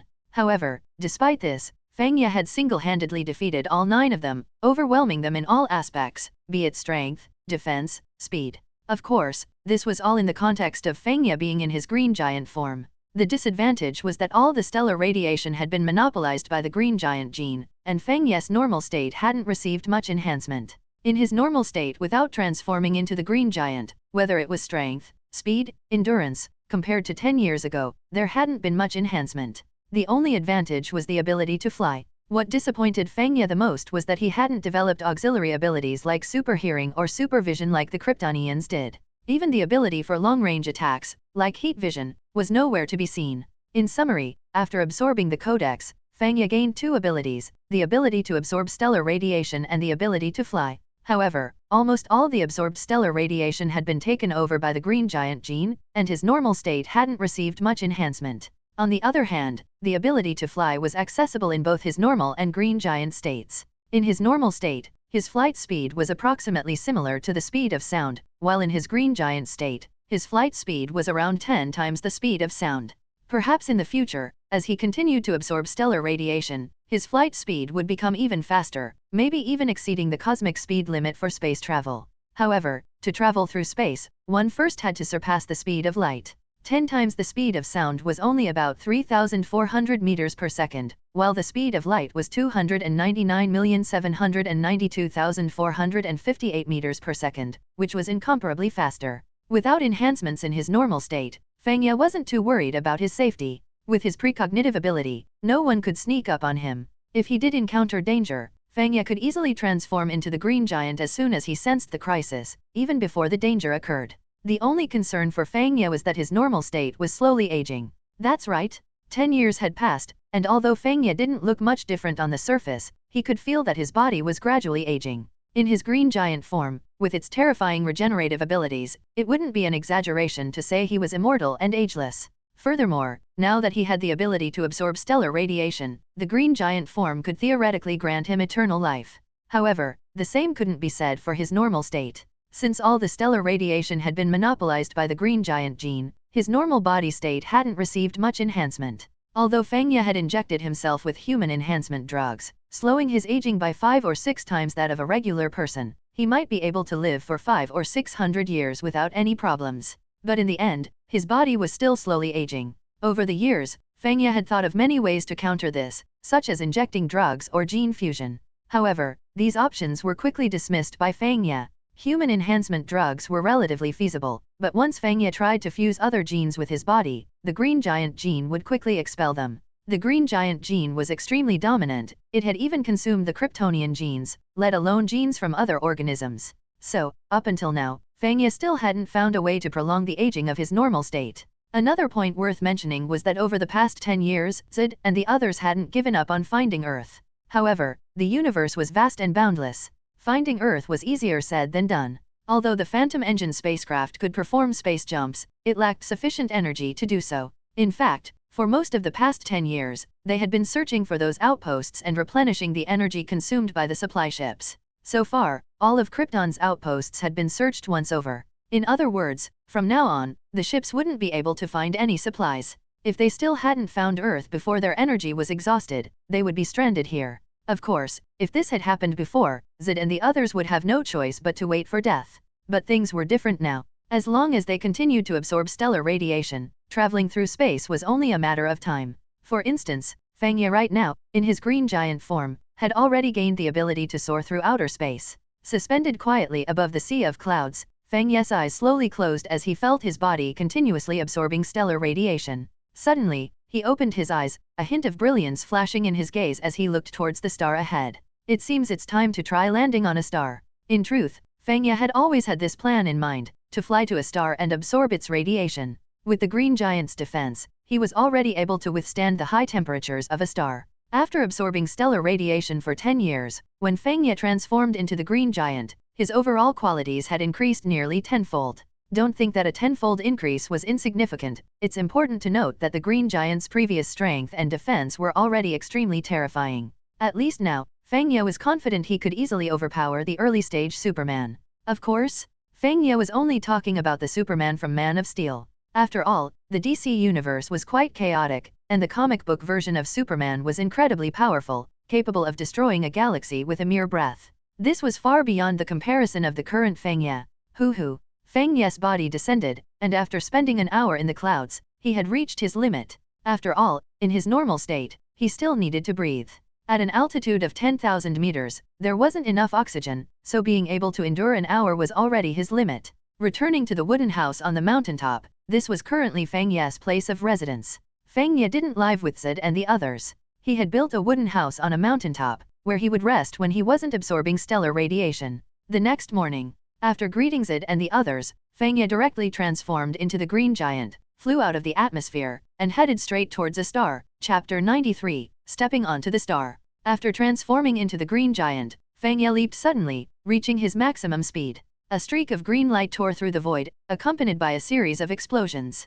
After a moment, Fang Ye burst out of the Earth's atmosphere. Suspended in the vast expanse of space, his eyes could see a multitude of brilliant stars. This wasn't Fang Ye's first time in space, he had attempted it 2 years ago. With his green giant form, he could easily survive in the vacuum of space. After a brief pause in space, Fang Ye's figure moved, transforming into a green light that streaked toward a star. The newly modified planet seemed relatively close to the star, but it took Fang Ye a full 3 days and nights of flight to approach it. Such high temperatures. Even before he got close to the star, Fang Ye felt an intense heat radiating toward him. The central temperature of the sun was extremely high due to nuclear fusion, reaching 15 million degrees Celsius at its core with a pressure of 2.5 trillion atmospheres. Its surface temperature was around 6,000 degrees Celsius. The temperature of the star before him wasn't as extreme as the sun, but its surface temperature was at least 4,000 degrees Celsius, with an estimated core temperature exceeding 10 million degrees Celsius. I seem to have overestimated myself. Fang Ye couldn't help but bitterly smile. He had indeed overestimated his abilities, as his current defense and recovery powers were far from being able to survive in the core of a star. However, while he might not be able to survive at the core, he should be able to endure the surface temperature for a period of time. Thanks to the fusion of Kryptonian genes, the Green Giant's recovery ability had become even more terrifying, allowing him to withstand temperatures of over 4,000 degrees Celsius. The rate of power growth is more than 3 times faster. After sensing it silently, Fang Ye realized that as he approached the star, his strength was increasing 3 times faster than usual. Since activating the genes within him through the ancient scripture, Fang Ye's strength had been increasing constantly, albeit at a relatively slow pace. However, now he noticed that his cells were more active as he approached the star, rapidly enhancing his overall physical attributes, with his speed increasing by more than 3 times compared to on a planet. He began to wonder if, after spending a few hundred years on the star, he might become capable of moving planets like Superman in the comics and even break through the speed of light to traverse space. Kryptonian genes are truly extraordinary. With an invigorated body capable of absorbing limitless star radiation, possessing unrivaled strength, and resilience akin to steel, it was as if he had unlocked cheat codes. Fang Ye couldn't help but admit that Kryptonians truly had the potential to ascend to godhood, but unfortunately, due to a wrong development path, their race met destruction. Time flew by, and 2 months passed. A green light shot out from the star. Fang Ye had spent the past 2 months on the star, enduring the extreme temperatures. However, the intense heat had pushed him to his limit. After resting for half a day, Fang Ye once again entered the star. 5 years had passed in the blink of an eye. During these 5 years, Fang Ye's strength had grown rapidly, equivalent to absorbing radiation for 50 years. At this point, Fang Ye himself couldn't accurately estimate his own strength. However, he was confident that he could defeat his past self from 5 years ago with a single punch. Mr. Fang. While Fang Ye was floating in the star, he suddenly heard someone calling him from a distance. Opening his eyes, Fang Ye looked in the direction of the voice and saw S.H.I.E.L.D and the others. Although he hadn't gained supervision, after absorbing star radiation for 15 years, Fang Ye's vision, hearing, and sense of smell had all been greatly enhanced. He could easily recognize them even though they were still far away. S.H.I.E.L D and the others had also absorbed star radiation for 5 years. They were now able to survive in space as well. To prevent Fang Ye from pulling too far ahead in terms of strength, S.H.I.E.L D had led a group of Kryptonian soldiers to attempt absorbing radiation from the star, just like Fang Ye.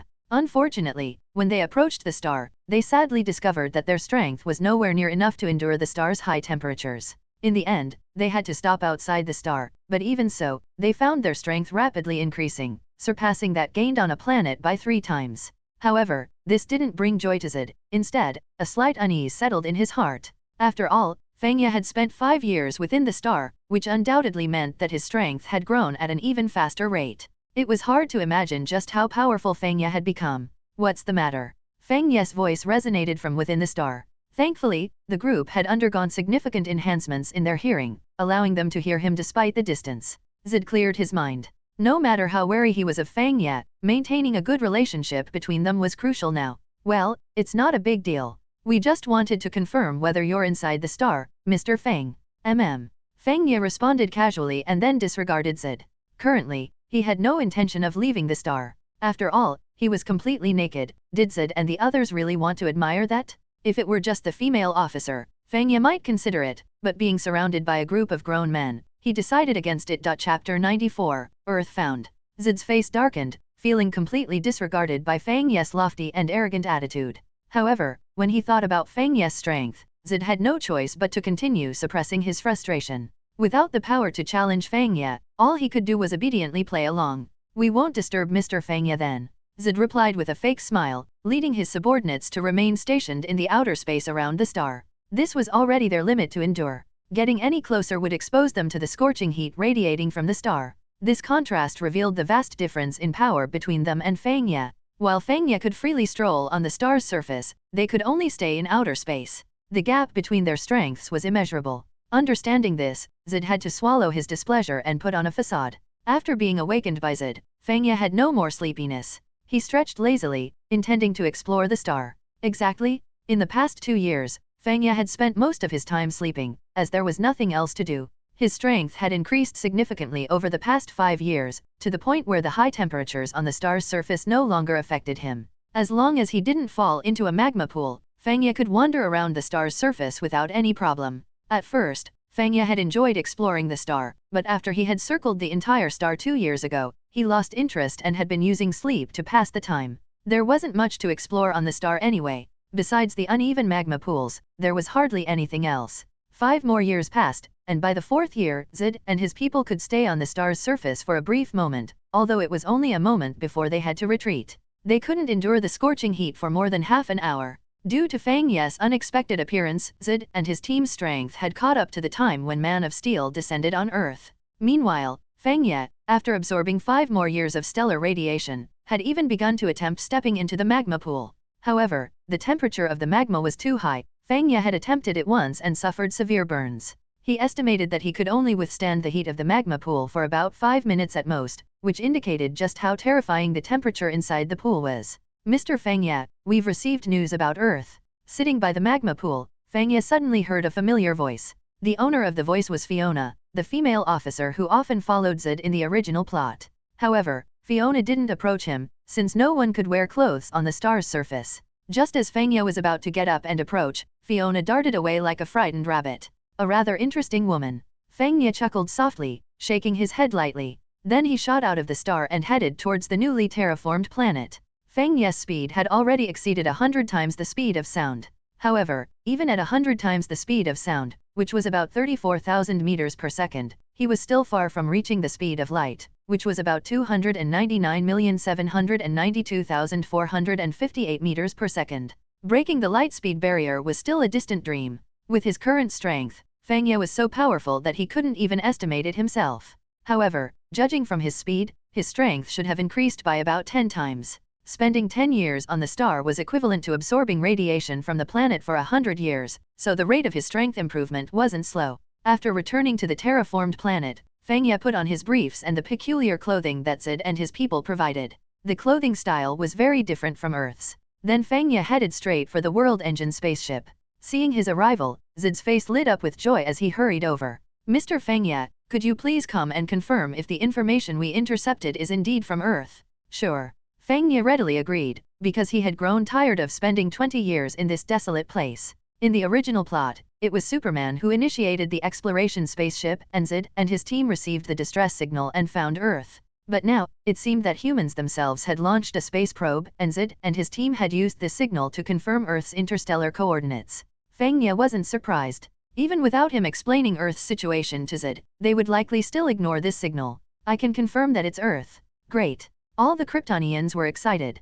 Finding Earth meant finding the Codex. The Codex was extremely important to the Kryptonians. If they wanted to rebuild Kryptonian civilization, the Codex was an essential item. S.H.I.E.L.D took a deep breath and looked to Fiona beside him. "Fiona, how much reserve energy does the Ghost Engine spaceship have now?" "General, currently, the stored energy is only sufficient for 15 space jumps," Fiona respectfully reported.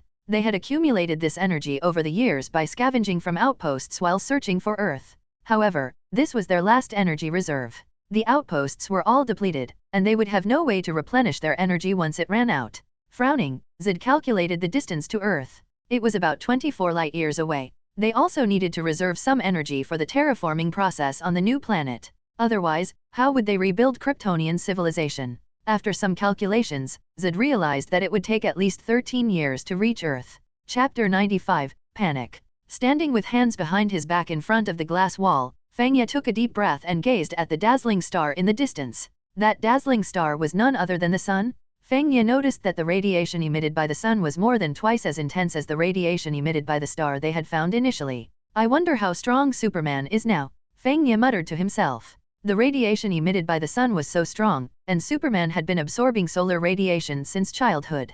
Fang Ye was somewhat looking forward to his strength. Since Fang Ye's arrival on Krypton to the present, 33 years had unknowingly passed.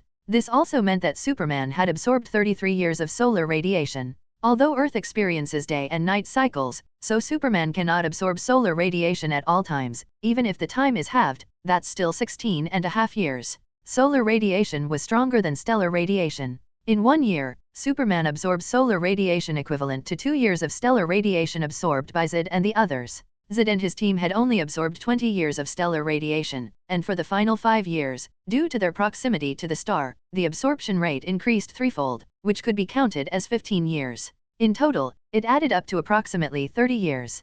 Calculating the differences between the two, it wasn't significant. Based on the original plot of the battles between Superman and Z, their strengths should be quite similar. At this moment, Z approached, walking slowly and standing quietly next to Fang Ye, but his gaze was fixed on a distant blue planet. Mr. Z, is that blue planet Earth? Yes, it's Earth. Isn't it beautiful? It's a very beautiful planet, much better than Krypton. I wonder how General A.E.L. discovered Earth back then. Z sighed suddenly, as he remembered A.E.L. If A.E.L. had informed him about Earth and everything related to it right after discovering it, perhaps Kryptonian civilization wouldn't have been destroyed. They might have been reborn on Earth, and he wouldn't have turned to rebellion. Unfortunately, for some reason, A.E.L. chose to keep it a secret from everyone.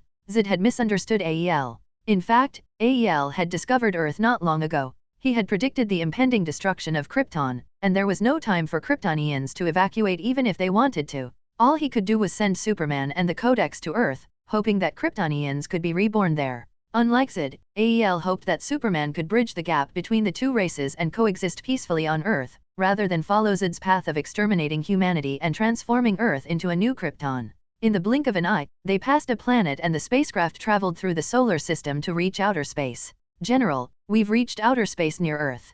Should we land immediately? Not yet. There are too many humans on Earth. It would be difficult to find A.E.L.'s son in the vast sea of people. I plan to seek help from humans. I believe they won't rudely refuse us. As Sid spoke, he glanced at Fang Ye, observing his reaction. However, Fang Ye remained expressionless, and no one could guess his thoughts. Fang Ye was well aware of Zid's attempts to test him, but he wasn't interested in Earth's affairs. It would be best if things proceeded according to the original plot, allowing him to utilize the temporal black hole to leave this universe when the two ships collided.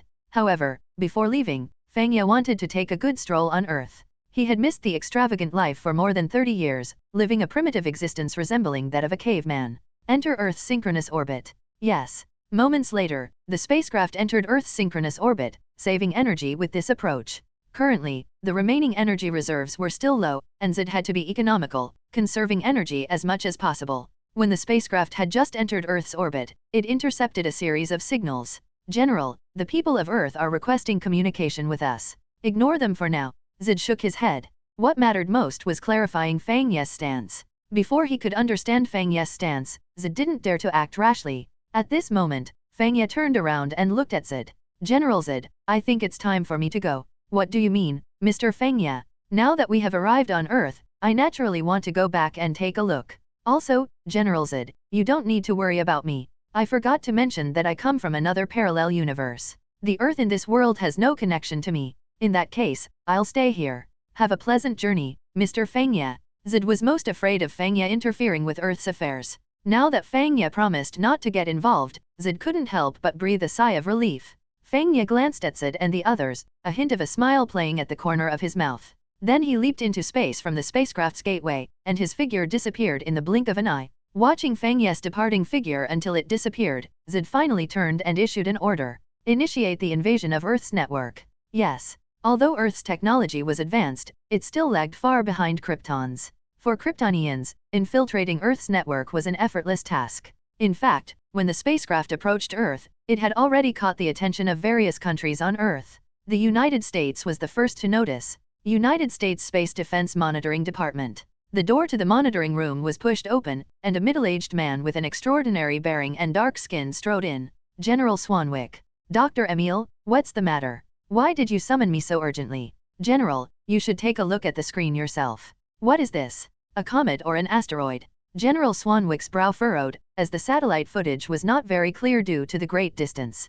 Dr. Emil had a grave expression as he explained, comets don't adjust their course, General. Doctor, are you trying to tell me that it's a spacecraft? I wish it weren't. Is it true?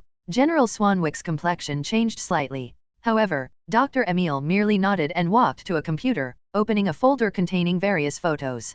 The photos were incredibly clear, and the objects in them faintly resembled a peculiar spacecraft.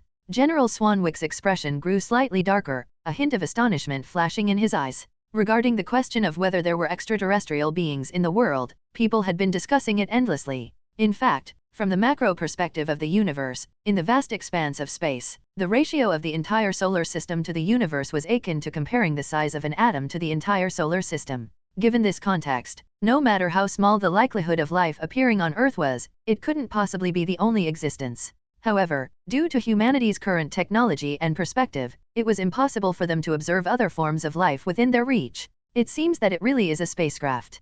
General Swanwick took a deep breath. Regular citizens might not know, but General Swanwick was aware that extraterrestrial beings existed.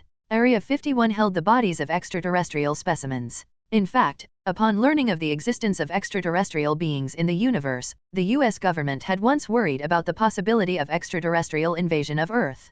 However, General Swanwick hadn't expected that this day would come so quickly. At this point, Dr. Emil said, General, it seems that the spacecraft has positioned itself in Earth's synchronous orbit. Have you tried establishing contact with them? We have, but there's been no response so far. Try to establish contact with them. I need to report this to the White House. After saying this, General Swanwick turned and left. Meanwhile, many amateur stargazers, using telescopes, had also spotted the spacecraft. After they posted the images they had captured online, panic immediately spread.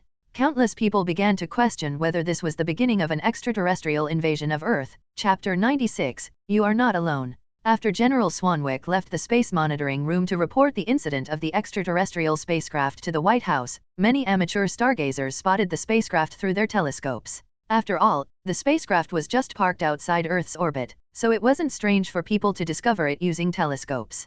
However, once the photos of the spacecraft spread online, they caused a sensation on the internet. Some believed the photos were real, while others questioned their authenticity. Oh my, is today April Fool's Day? But the photos look so real, as if they're not photoshopped. Look, Professor Kovar also released photos. Could those photos be real? Oh my god, is Earth really doomed? At first, many people were skeptical, thinking that the photos were artificially manipulated. But after Professor Kovar released a set of photos, everyone realized that those photos were likely genuine. Professor Kovar was a renowned American astronomer, highly respected in the field of astronomy, and the authenticity of the photos he released was beyond doubt. The photos quickly spread on the internet, shaking the entire world.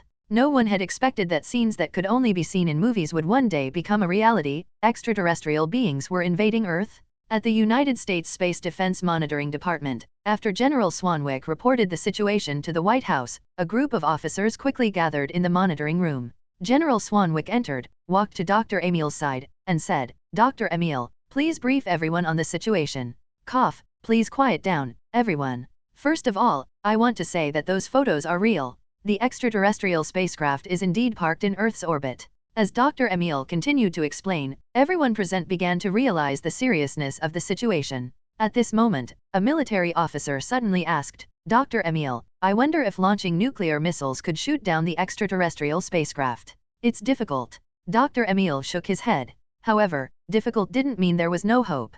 If humanity really launched nuclear missiles to bombard the spacecraft, there was still a chance of shooting it down. General Swanwick then spoke up, let's not discuss other options for now. Our first priority is to establish contact with them. General Swanwick's suggestion is excellent. Our first step should be to clarify the intentions of the other party in coming to Earth. General Swanwick's words were met with agreement from many present. While the discussion was ongoing, the lights in the monitoring room suddenly flickered and then went out, leaving only the large screens and computers still operational. Snowflakes appeared on the large screen, followed by subtitles and a voice. You are not alone. The voice repeated this sentence, and not only the space monitoring room, but also the entire United States, even the whole world, experienced the same phenomenon. The words appeared on TV screens, computer screens, and even phone screens. Amid the awe-stricken gazes of countless humans, a blurry figure suddenly appeared on the screen. The figure in the screen was indistinct, the face not clearly visible, but it could vaguely be seen that the person was wearing a mask. I am General Z. I come from a distant planet. I have traveled through the vast sea of stars to find you. You have sheltered one of my people. Now, I request that you hand him over. For certain reasons, he chose to hide his existence from you. He has done his best to blend in with you. He may look similar to you, but he is not of the same race. If anyone knows his whereabouts, then the fate of your planet is in your hands. KALL, can you hear me? Surrender within 24 hours, or let the entire world bear the consequences. Though General Z's appearance was brief, it caused a seismic shock throughout the entire world. Originally, many people had been skeptical about the extraterrestrial spacecraft, but General Z's appearance undeniably confirmed to the world that extraterrestrial beings had indeed arrived on Earth. Ordinary civilians were concerned about who the extraterrestrial being named KALL hidden on Earth really was, and whether handing him over could appease the extraterrestrial visitors. Meanwhile, governments around the world were shocked by the extraterrestrial being's technology, which had enabled them to quickly take control of the entire global network. What a terrifying ability! At the same time, these governments abandoned any thoughts of launching nuclear missiles to bomb the extraterrestrial spacecraft. If these beings could easily control the entire network, then launching nuclear missiles would be nothing short of a joke. Perhaps the missiles wouldn't even make it out of the atmosphere before turning and exploding over their own territory. In Smallville, Kansas, on Kent Farm in Smallville Town. So they've come so soon. After comforting his mother, Clark came to the window and gazed at the ghostly engine spacecraft in the sky. The young man named Clark, to be more precise, his true name was KALL. He was the infant sent away by Jor-El on the spacecraft just before Krypton's explosion. When the spacecraft arrived on Earth, it crash-landed in Smallville, Kansas, on Kent Farm. KALL was found and adopted by the kind Kent couple, who raised him with the Earth name Clark Kent. As he grew up, KALL's inherent superpowers also began to manifest.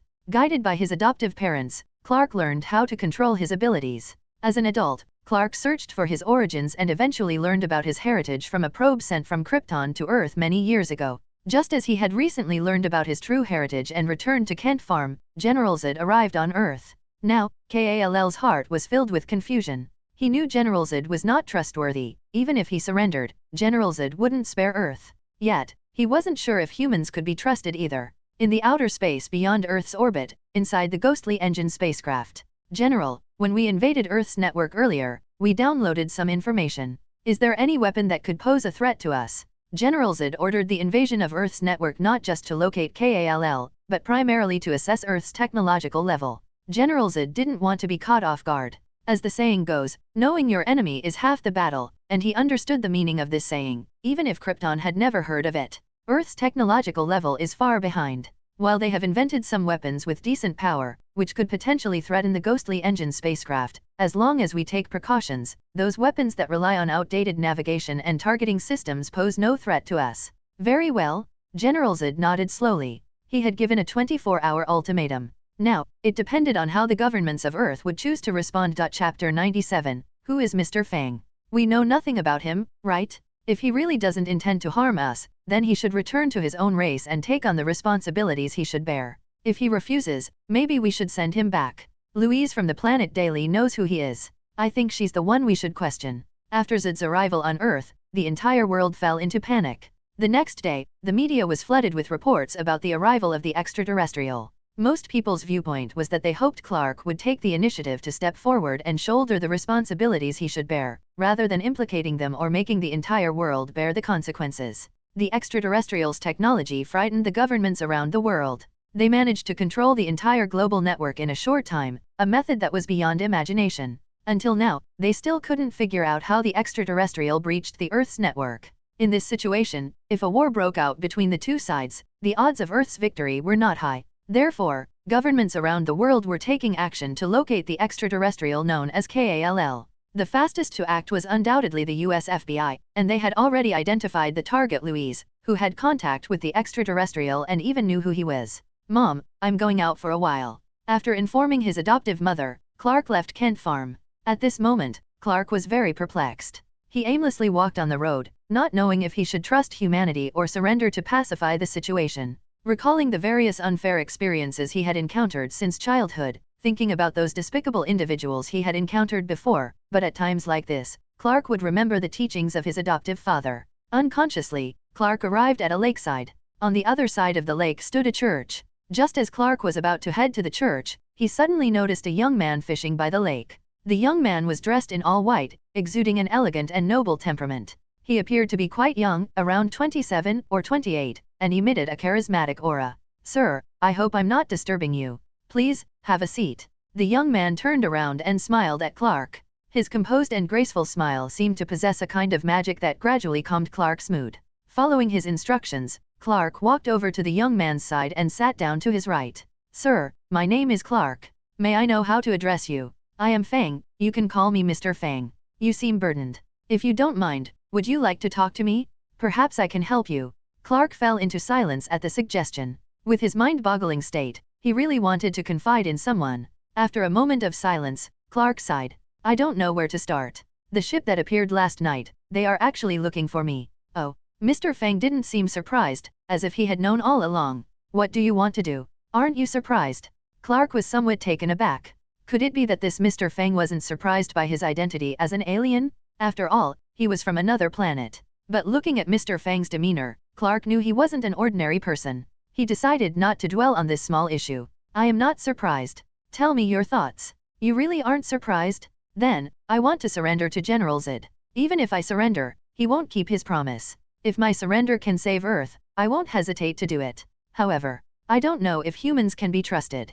Mr. Fang didn't respond immediately. Instead, he gently pulled the fishing rod, and a 3-pound red carp was pulled out. "Good luck today. This is the 7th one." After speaking, Mr. Fang released the carp back into the water. Then, he turned to look at Clark. "You are feeling confused now? You don't know what to do?" "Yes. Everything in the world is relative. If you want others to trust you, you must first trust them. Since you don't trust others, why should others trust you?" Seeing Clark deep in thought, Mr. Fang spoke again. "Actually, why do you care about other people's opinions? Trust needs time to cultivate and prove. As long as you wholeheartedly give, human trust will follow." "Mr. Fang, you're right. I don't trust humans, so why should humans trust me?" Taking a deep breath, Clark suddenly realized that if he wanted others to trust him, he needed to trust them first. "Mr. Fang, thank you for resolving my confusion. I think I know what to do now. Go ahead and do what you need to do. Then I won't disturb you, Mr. Fang. Go ahead." Mr. Fang waved his hand, engrossed once again in his fishing. With a wry smile, Clark thought that Mr. Fang was truly an extraordinary individual. While others were worried about the invasion of extraterrestrials, he was leisurely fishing here. After Clark left, Mr. Fang shook his head and muttered a few words to himself. Once Clark left, he immediately returned to Kent Farm. "Louise." Clark's expression suddenly froze. Due to his super hearing ability, he naturally couldn't be kept in the dark about Louise being captured by the FBI. After a moment of consideration, Clark proactively contacted the FBI. After arranging a meeting point, Clark put on his suit and flew to the designated location to meet with the U.S. military. The subsequent events were mostly the same as in the original plot. Clark agreed to surrender, and that afternoon, the military established contact with the extraterrestrial spacecraft and arranged a meeting location with the extraterrestrial. In the afternoon sun, outside a certain military base, armored vehicles and tanks were lined up, ready to move. Suddenly, a fighter jet descended from the sky. After the fighter jet landed, Fiora led a Kryptonian soldier out of the aircraft. As they approached Clark, Fiora came to a halt. "KALL, I am Vice Commander Fiora, representing General Z.H.I.E.L.D. greetings to you." Clark didn't say anything, he simply nodded. Without paying further attention to Clark, Fiora bypassed him and headed toward the military personnel. "Who among you is the commander?" "I am. General Z.H.I.E.L.D. hopes this woman will accompany us." "What you want are your fellow Kryptonians. You never said you wanted to take one of our people." At this moment, a military officer stepped forward, directly opposing Fiora. Fiora sneered, an expression of disdain in her eyes, thinly veiled. "Do you want me to relay your words to General Z.H.I.E.L.D.? I don't care how you relay it to him. Foolish humans, do you think this is a request? You." Cough, cough, cough. The Kryptonian soldier following Fiora suddenly coughed lightly. Seeing Fiora's gaze, the Kryptonian soldier whispered, "Vice Commander, please mind your words. After all, Mr. Fang is also a human." Humph. Thinking of Mr. Fang also being a human, Fiora refrained from using the words foolish humans. The dreadfulness of Mr. Fang was something they had all experienced. Chapter 98, please continue. Everyone present could tell that the extraterrestrial beings were wary of the so-called Mr. Fang. They didn't even dare to speak ill of him behind his back. However, what frustrated the military officers was, who exactly was Mr. Fang? When did Earth produce such an extraordinary figure? Damn it, did everyone from the Intelligence Bureau go on vacation? The military officers from the Earth faction wore grim expressions and inwardly cursed the members of the Intelligence Bureau. The military officers had even decided secretly that once they returned, they would report those from the Intelligence Bureau. Such vital intelligence, and yet they were completely unaware of it. Mr. Fang. Clark muttered to himself. Upon hearing the name Mr. Fang, the first person Clark thought of was the young man he had encountered by the lake near the church. Could that Mr. Fang, whom Clark had met, be the same person as the Mr. Fang mentioned by Deputy Officer Fiorella? Do you know Mr. Fang? Clark's voice was low, but for someone with superhuman hearing, like Clark, he wasn't the only one who heard it. Fiorella's expression subtly changed. She never expected that Clark would actually know Mr. Fang. The military officers' faces grew even more awkward. It was as if everyone, including the extraterrestrial beings, knew Mr. Fang, while they remained completely clueless. Clark remained calm, walking closer step by step. I do know a Mr. Fang, but I'm not sure if he's the same person you're talking about. Is Mr. Fang of Asian descent? Following that, Fiorella briefly described Fang Ye's appearance. Since invading Earth's networks, Fiorella had gained a rough understanding of the planet. She knew that there were Asians, black people, and white people on Earth. Clark nodded upon hearing this, as the description Fiorella provided matched the Mr. Fang he had encountered.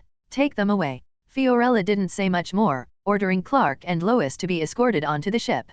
She had to report this to General Z as soon as possible. Although Fang Ye had promised not to interfere with Earth's affairs, who knew if he might change his mind? What worried Fiorella even more was whether Fang Ye's encounter with Clark was a mere coincidence or if he had deliberately approached him. If it was just a chance encounter, that would be fine, but if he intentionally approached Clark, then the situation might not be as simple as it seemed. We're going back to. The military officers ordered with somber expressions. After returning to the military base, they immediately reported the situation to the White House and denounced the members of the Intelligence Bureau. The White House attached great importance to this Mr. Fang. To make extraterrestrial beings so wary, regardless of the reason, they had to establish a connection with Mr. Fang.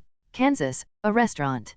Perhaps due to the impact of the extraterrestrial arrival, the restaurant's business was unusually slow today. In a corner of the restaurant sat a young man. He wore casual attire in shades of ink, a faint smile on his lips, and his clear, bright eyes seemed to exude an irresistible charm. This young man was naturally Fang Ye. Since arriving on Earth, he had stayed in Kansas. At this point in time, Fang Ye could survive without eating or drinking, thanks to his ability to absorb solar radiation. However, after wandering the cosmos for 33 years, he felt he deserved a little indulgence upon returning to Earth. The reason Fang Ye had stayed in Kansas was mainly because of the original plot of the Man of Steel. The story was set in Kansas. In the original plot, Clark and the others were overwhelmed.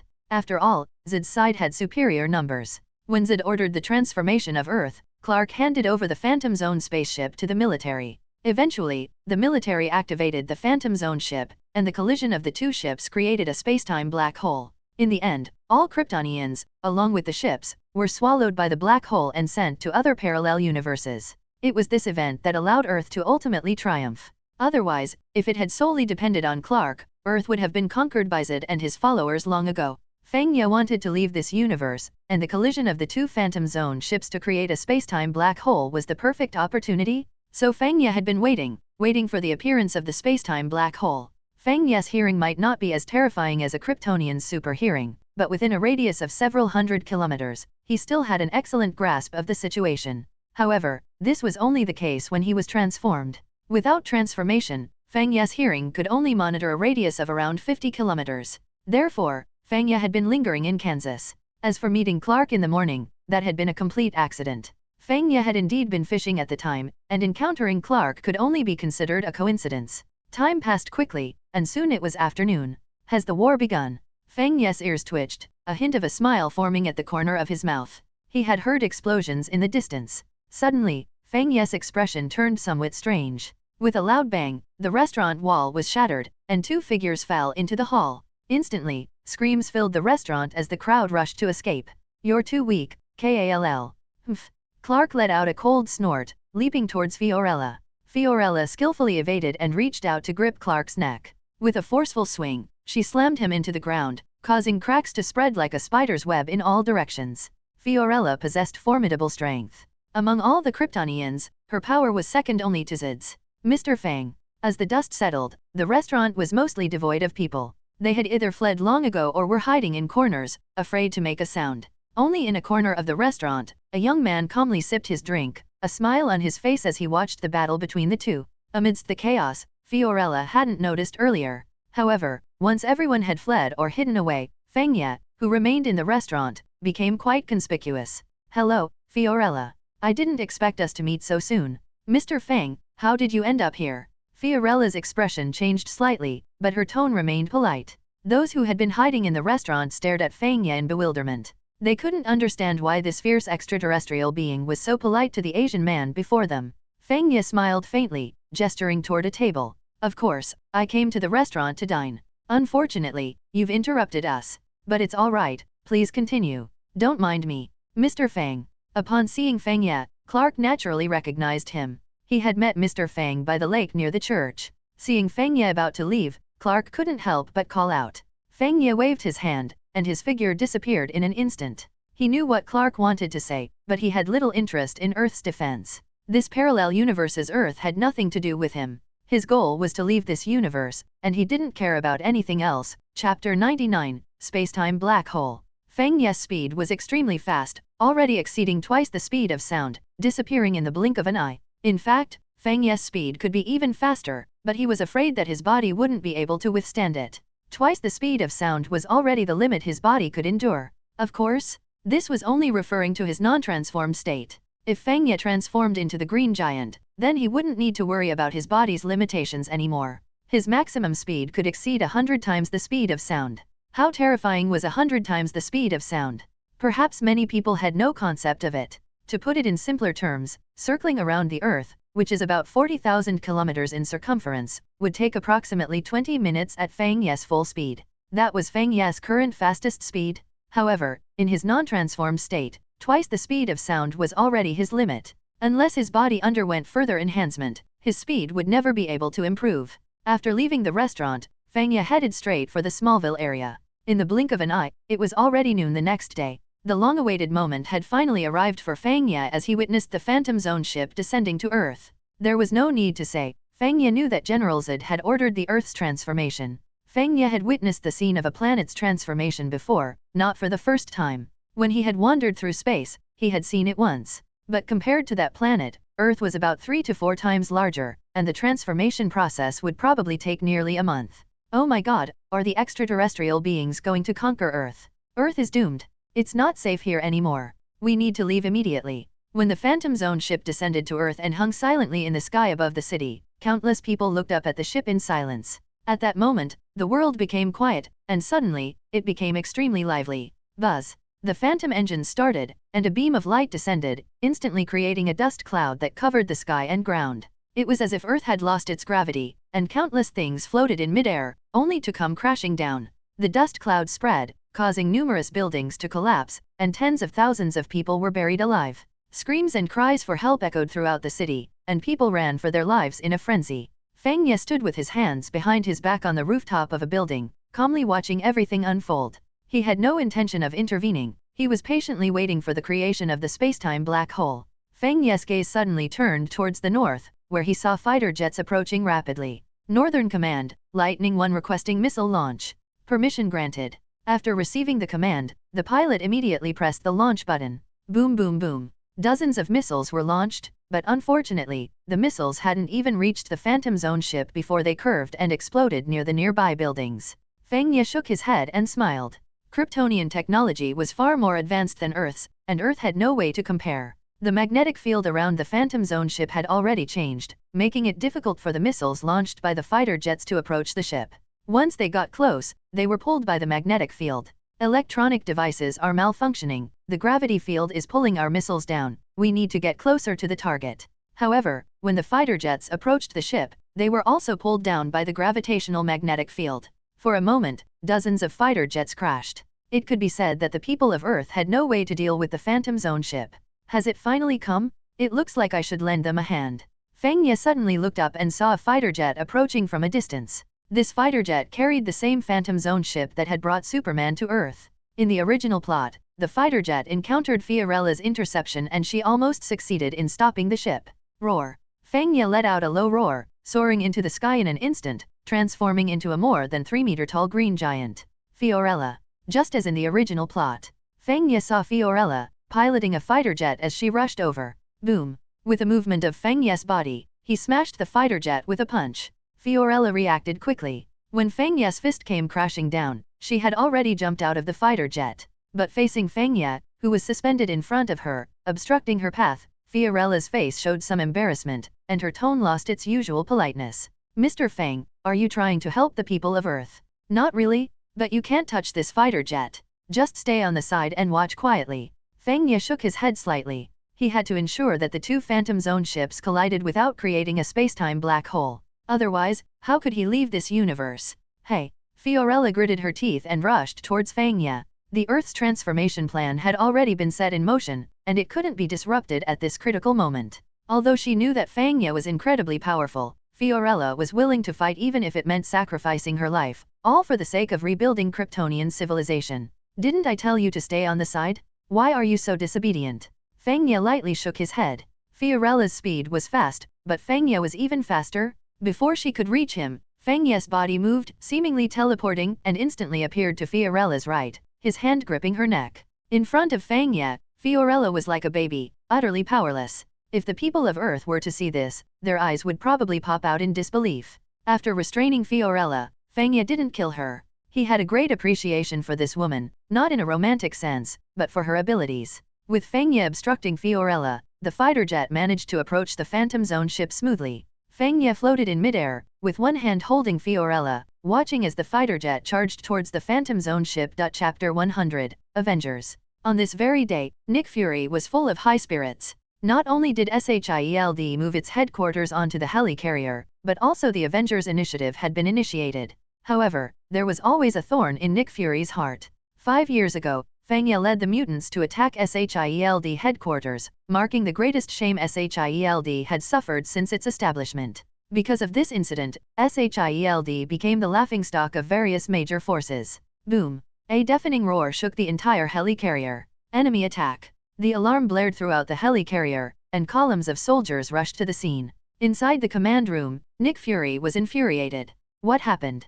Director, the cause hasn't been determined yet. Maria Hill reported. Moments later, a group of superheroes arrived. Among them were Captain America, Iron Man Tony Stark, Thor, Dr. Banner, Natasha Romanoff the Black Widow, Wolverine, Storm, Scarlet Witch, Phoenix, and more, all converging in the command room. Worth mentioning is that in the past 5 years, many changes had taken place, and the strength of the Avengers had become even more formidable compared to the original story. Wolverine, Storm, Scarlet Witch, and Phoenix, among others, had all joined S.H.I.E.L.D. and were among the first members of the Avengers. Director, what happened? Natasha, dressed in a sleek black outfit, her figure alluring, her demeanor cold and elegant, unchanged from 5 years ago, inquired. Nick Fury's face grew even darker. He had no idea what had occurred. We don't know what happened yet, but the helicarrier seems to have suffered a missile attack without any warning. Impossible. Tony Stark was immediately dissatisfied. Most of the helicarrier's systems, including navigation and missile defense, were developed by him. Nick Fury's statement that the helicarrier was hit by a missile without any warning was like a direct slap to his face. Captain America stepped forward to stop the brewing argument. Now is not the time to argue about blame. First, we need to find out what happened. Also, we should assign someone to guard Loki. I agree with the captain. The attack on the helicarrier is likely a diversion. The real goal is probably to rescue Loki. Natasha seconded. Seeing that no one had objections, Captain America began assigning tasks. Thor, She-Hulk, Logan, the responsibility of guarding Loki is yours. The rest of us will head to the incident site to investigate the cause of the attack on the helicarrier. We will guard Loki well. Thor swung his hammer and readily agreed. He wasn't entirely at ease with letting someone else guard Loki, as he knew Loki's capabilities well. Phoenix and Wolverine nodded in agreement. They trusted Captain America and the others. As for the rest, there was no objection, though Tony Stark was quite displeased. Nevertheless, he knew it wasn't the time to argue. As there are no objections, let's get moving. If Fang Ye were present, he would have noticed that upon his return, the era of the Avengers initiative had already begun. Furthermore, the story had progressed to the point where Loki had been captured by S.H.I.E.L.D. and was currently being held in a special cell. Perhaps due to the different timelines of the two universes, Fang Ye had spent 33 years in the DC universe, but in the Marvel universe, only 5 years had passed. Many things had happened in those 5 years, some of which were related to Fang Ye. The Yi Fund had been defined as an international terrorist organization, and now it was hunted like a rat, hiding in the shadows without daring to show itself. As the group arrived at the scene, Captain America and the others saw rows of soldiers, armed and surrounding the aircraft runway. Approaching, they were left in awe as they witnessed a massive crater on the runway, and within it lay a man in his underwear. Fang Ye. As they recognized the man in the crater, the expressions of those present varied. Captain America remained calm. Although he had never met Fang Ye, he had heard numerous stories about him. Moreover, he himself had been rescued by Fang Ye. In a way, Fang Ye was his benefactor. Tony Stark's face lit up with surprise. After all, Fang Ye was his friend. Others gritted their teeth, holding deep grudges against Fang Ye, to varying degrees. Now that they saw him, their hearts were overwhelmed with a desire to strike him down. By this time, Fang Ye had reverted from his transformed state and was lying unconscious in the crater. Because of the powerful spatial force repelling him during the interdimensional travel, coupled with his dizziness and disorientation from falling from space onto the helicarrier, he had lost consciousness. What do you want to do? Seeing the restless crowd, Tony Stark's expression changed. He donned his armor and stood in front of them. Fang Ye was his friend, and he couldn't just stand by and watch them harm him. Tony's face grew solemn. If everyone were to gang up on him, he wouldn't stand a chance. Tony looked at Captain America. Captain, I won't say anything about the others, but you were dug out by Fang Ye. Otherwise, you'd still be frozen in that glacier. No matter how you look at it, Fang Ye is your benefactor. Do you really want to repay kindness with enmity? Tony, step aside.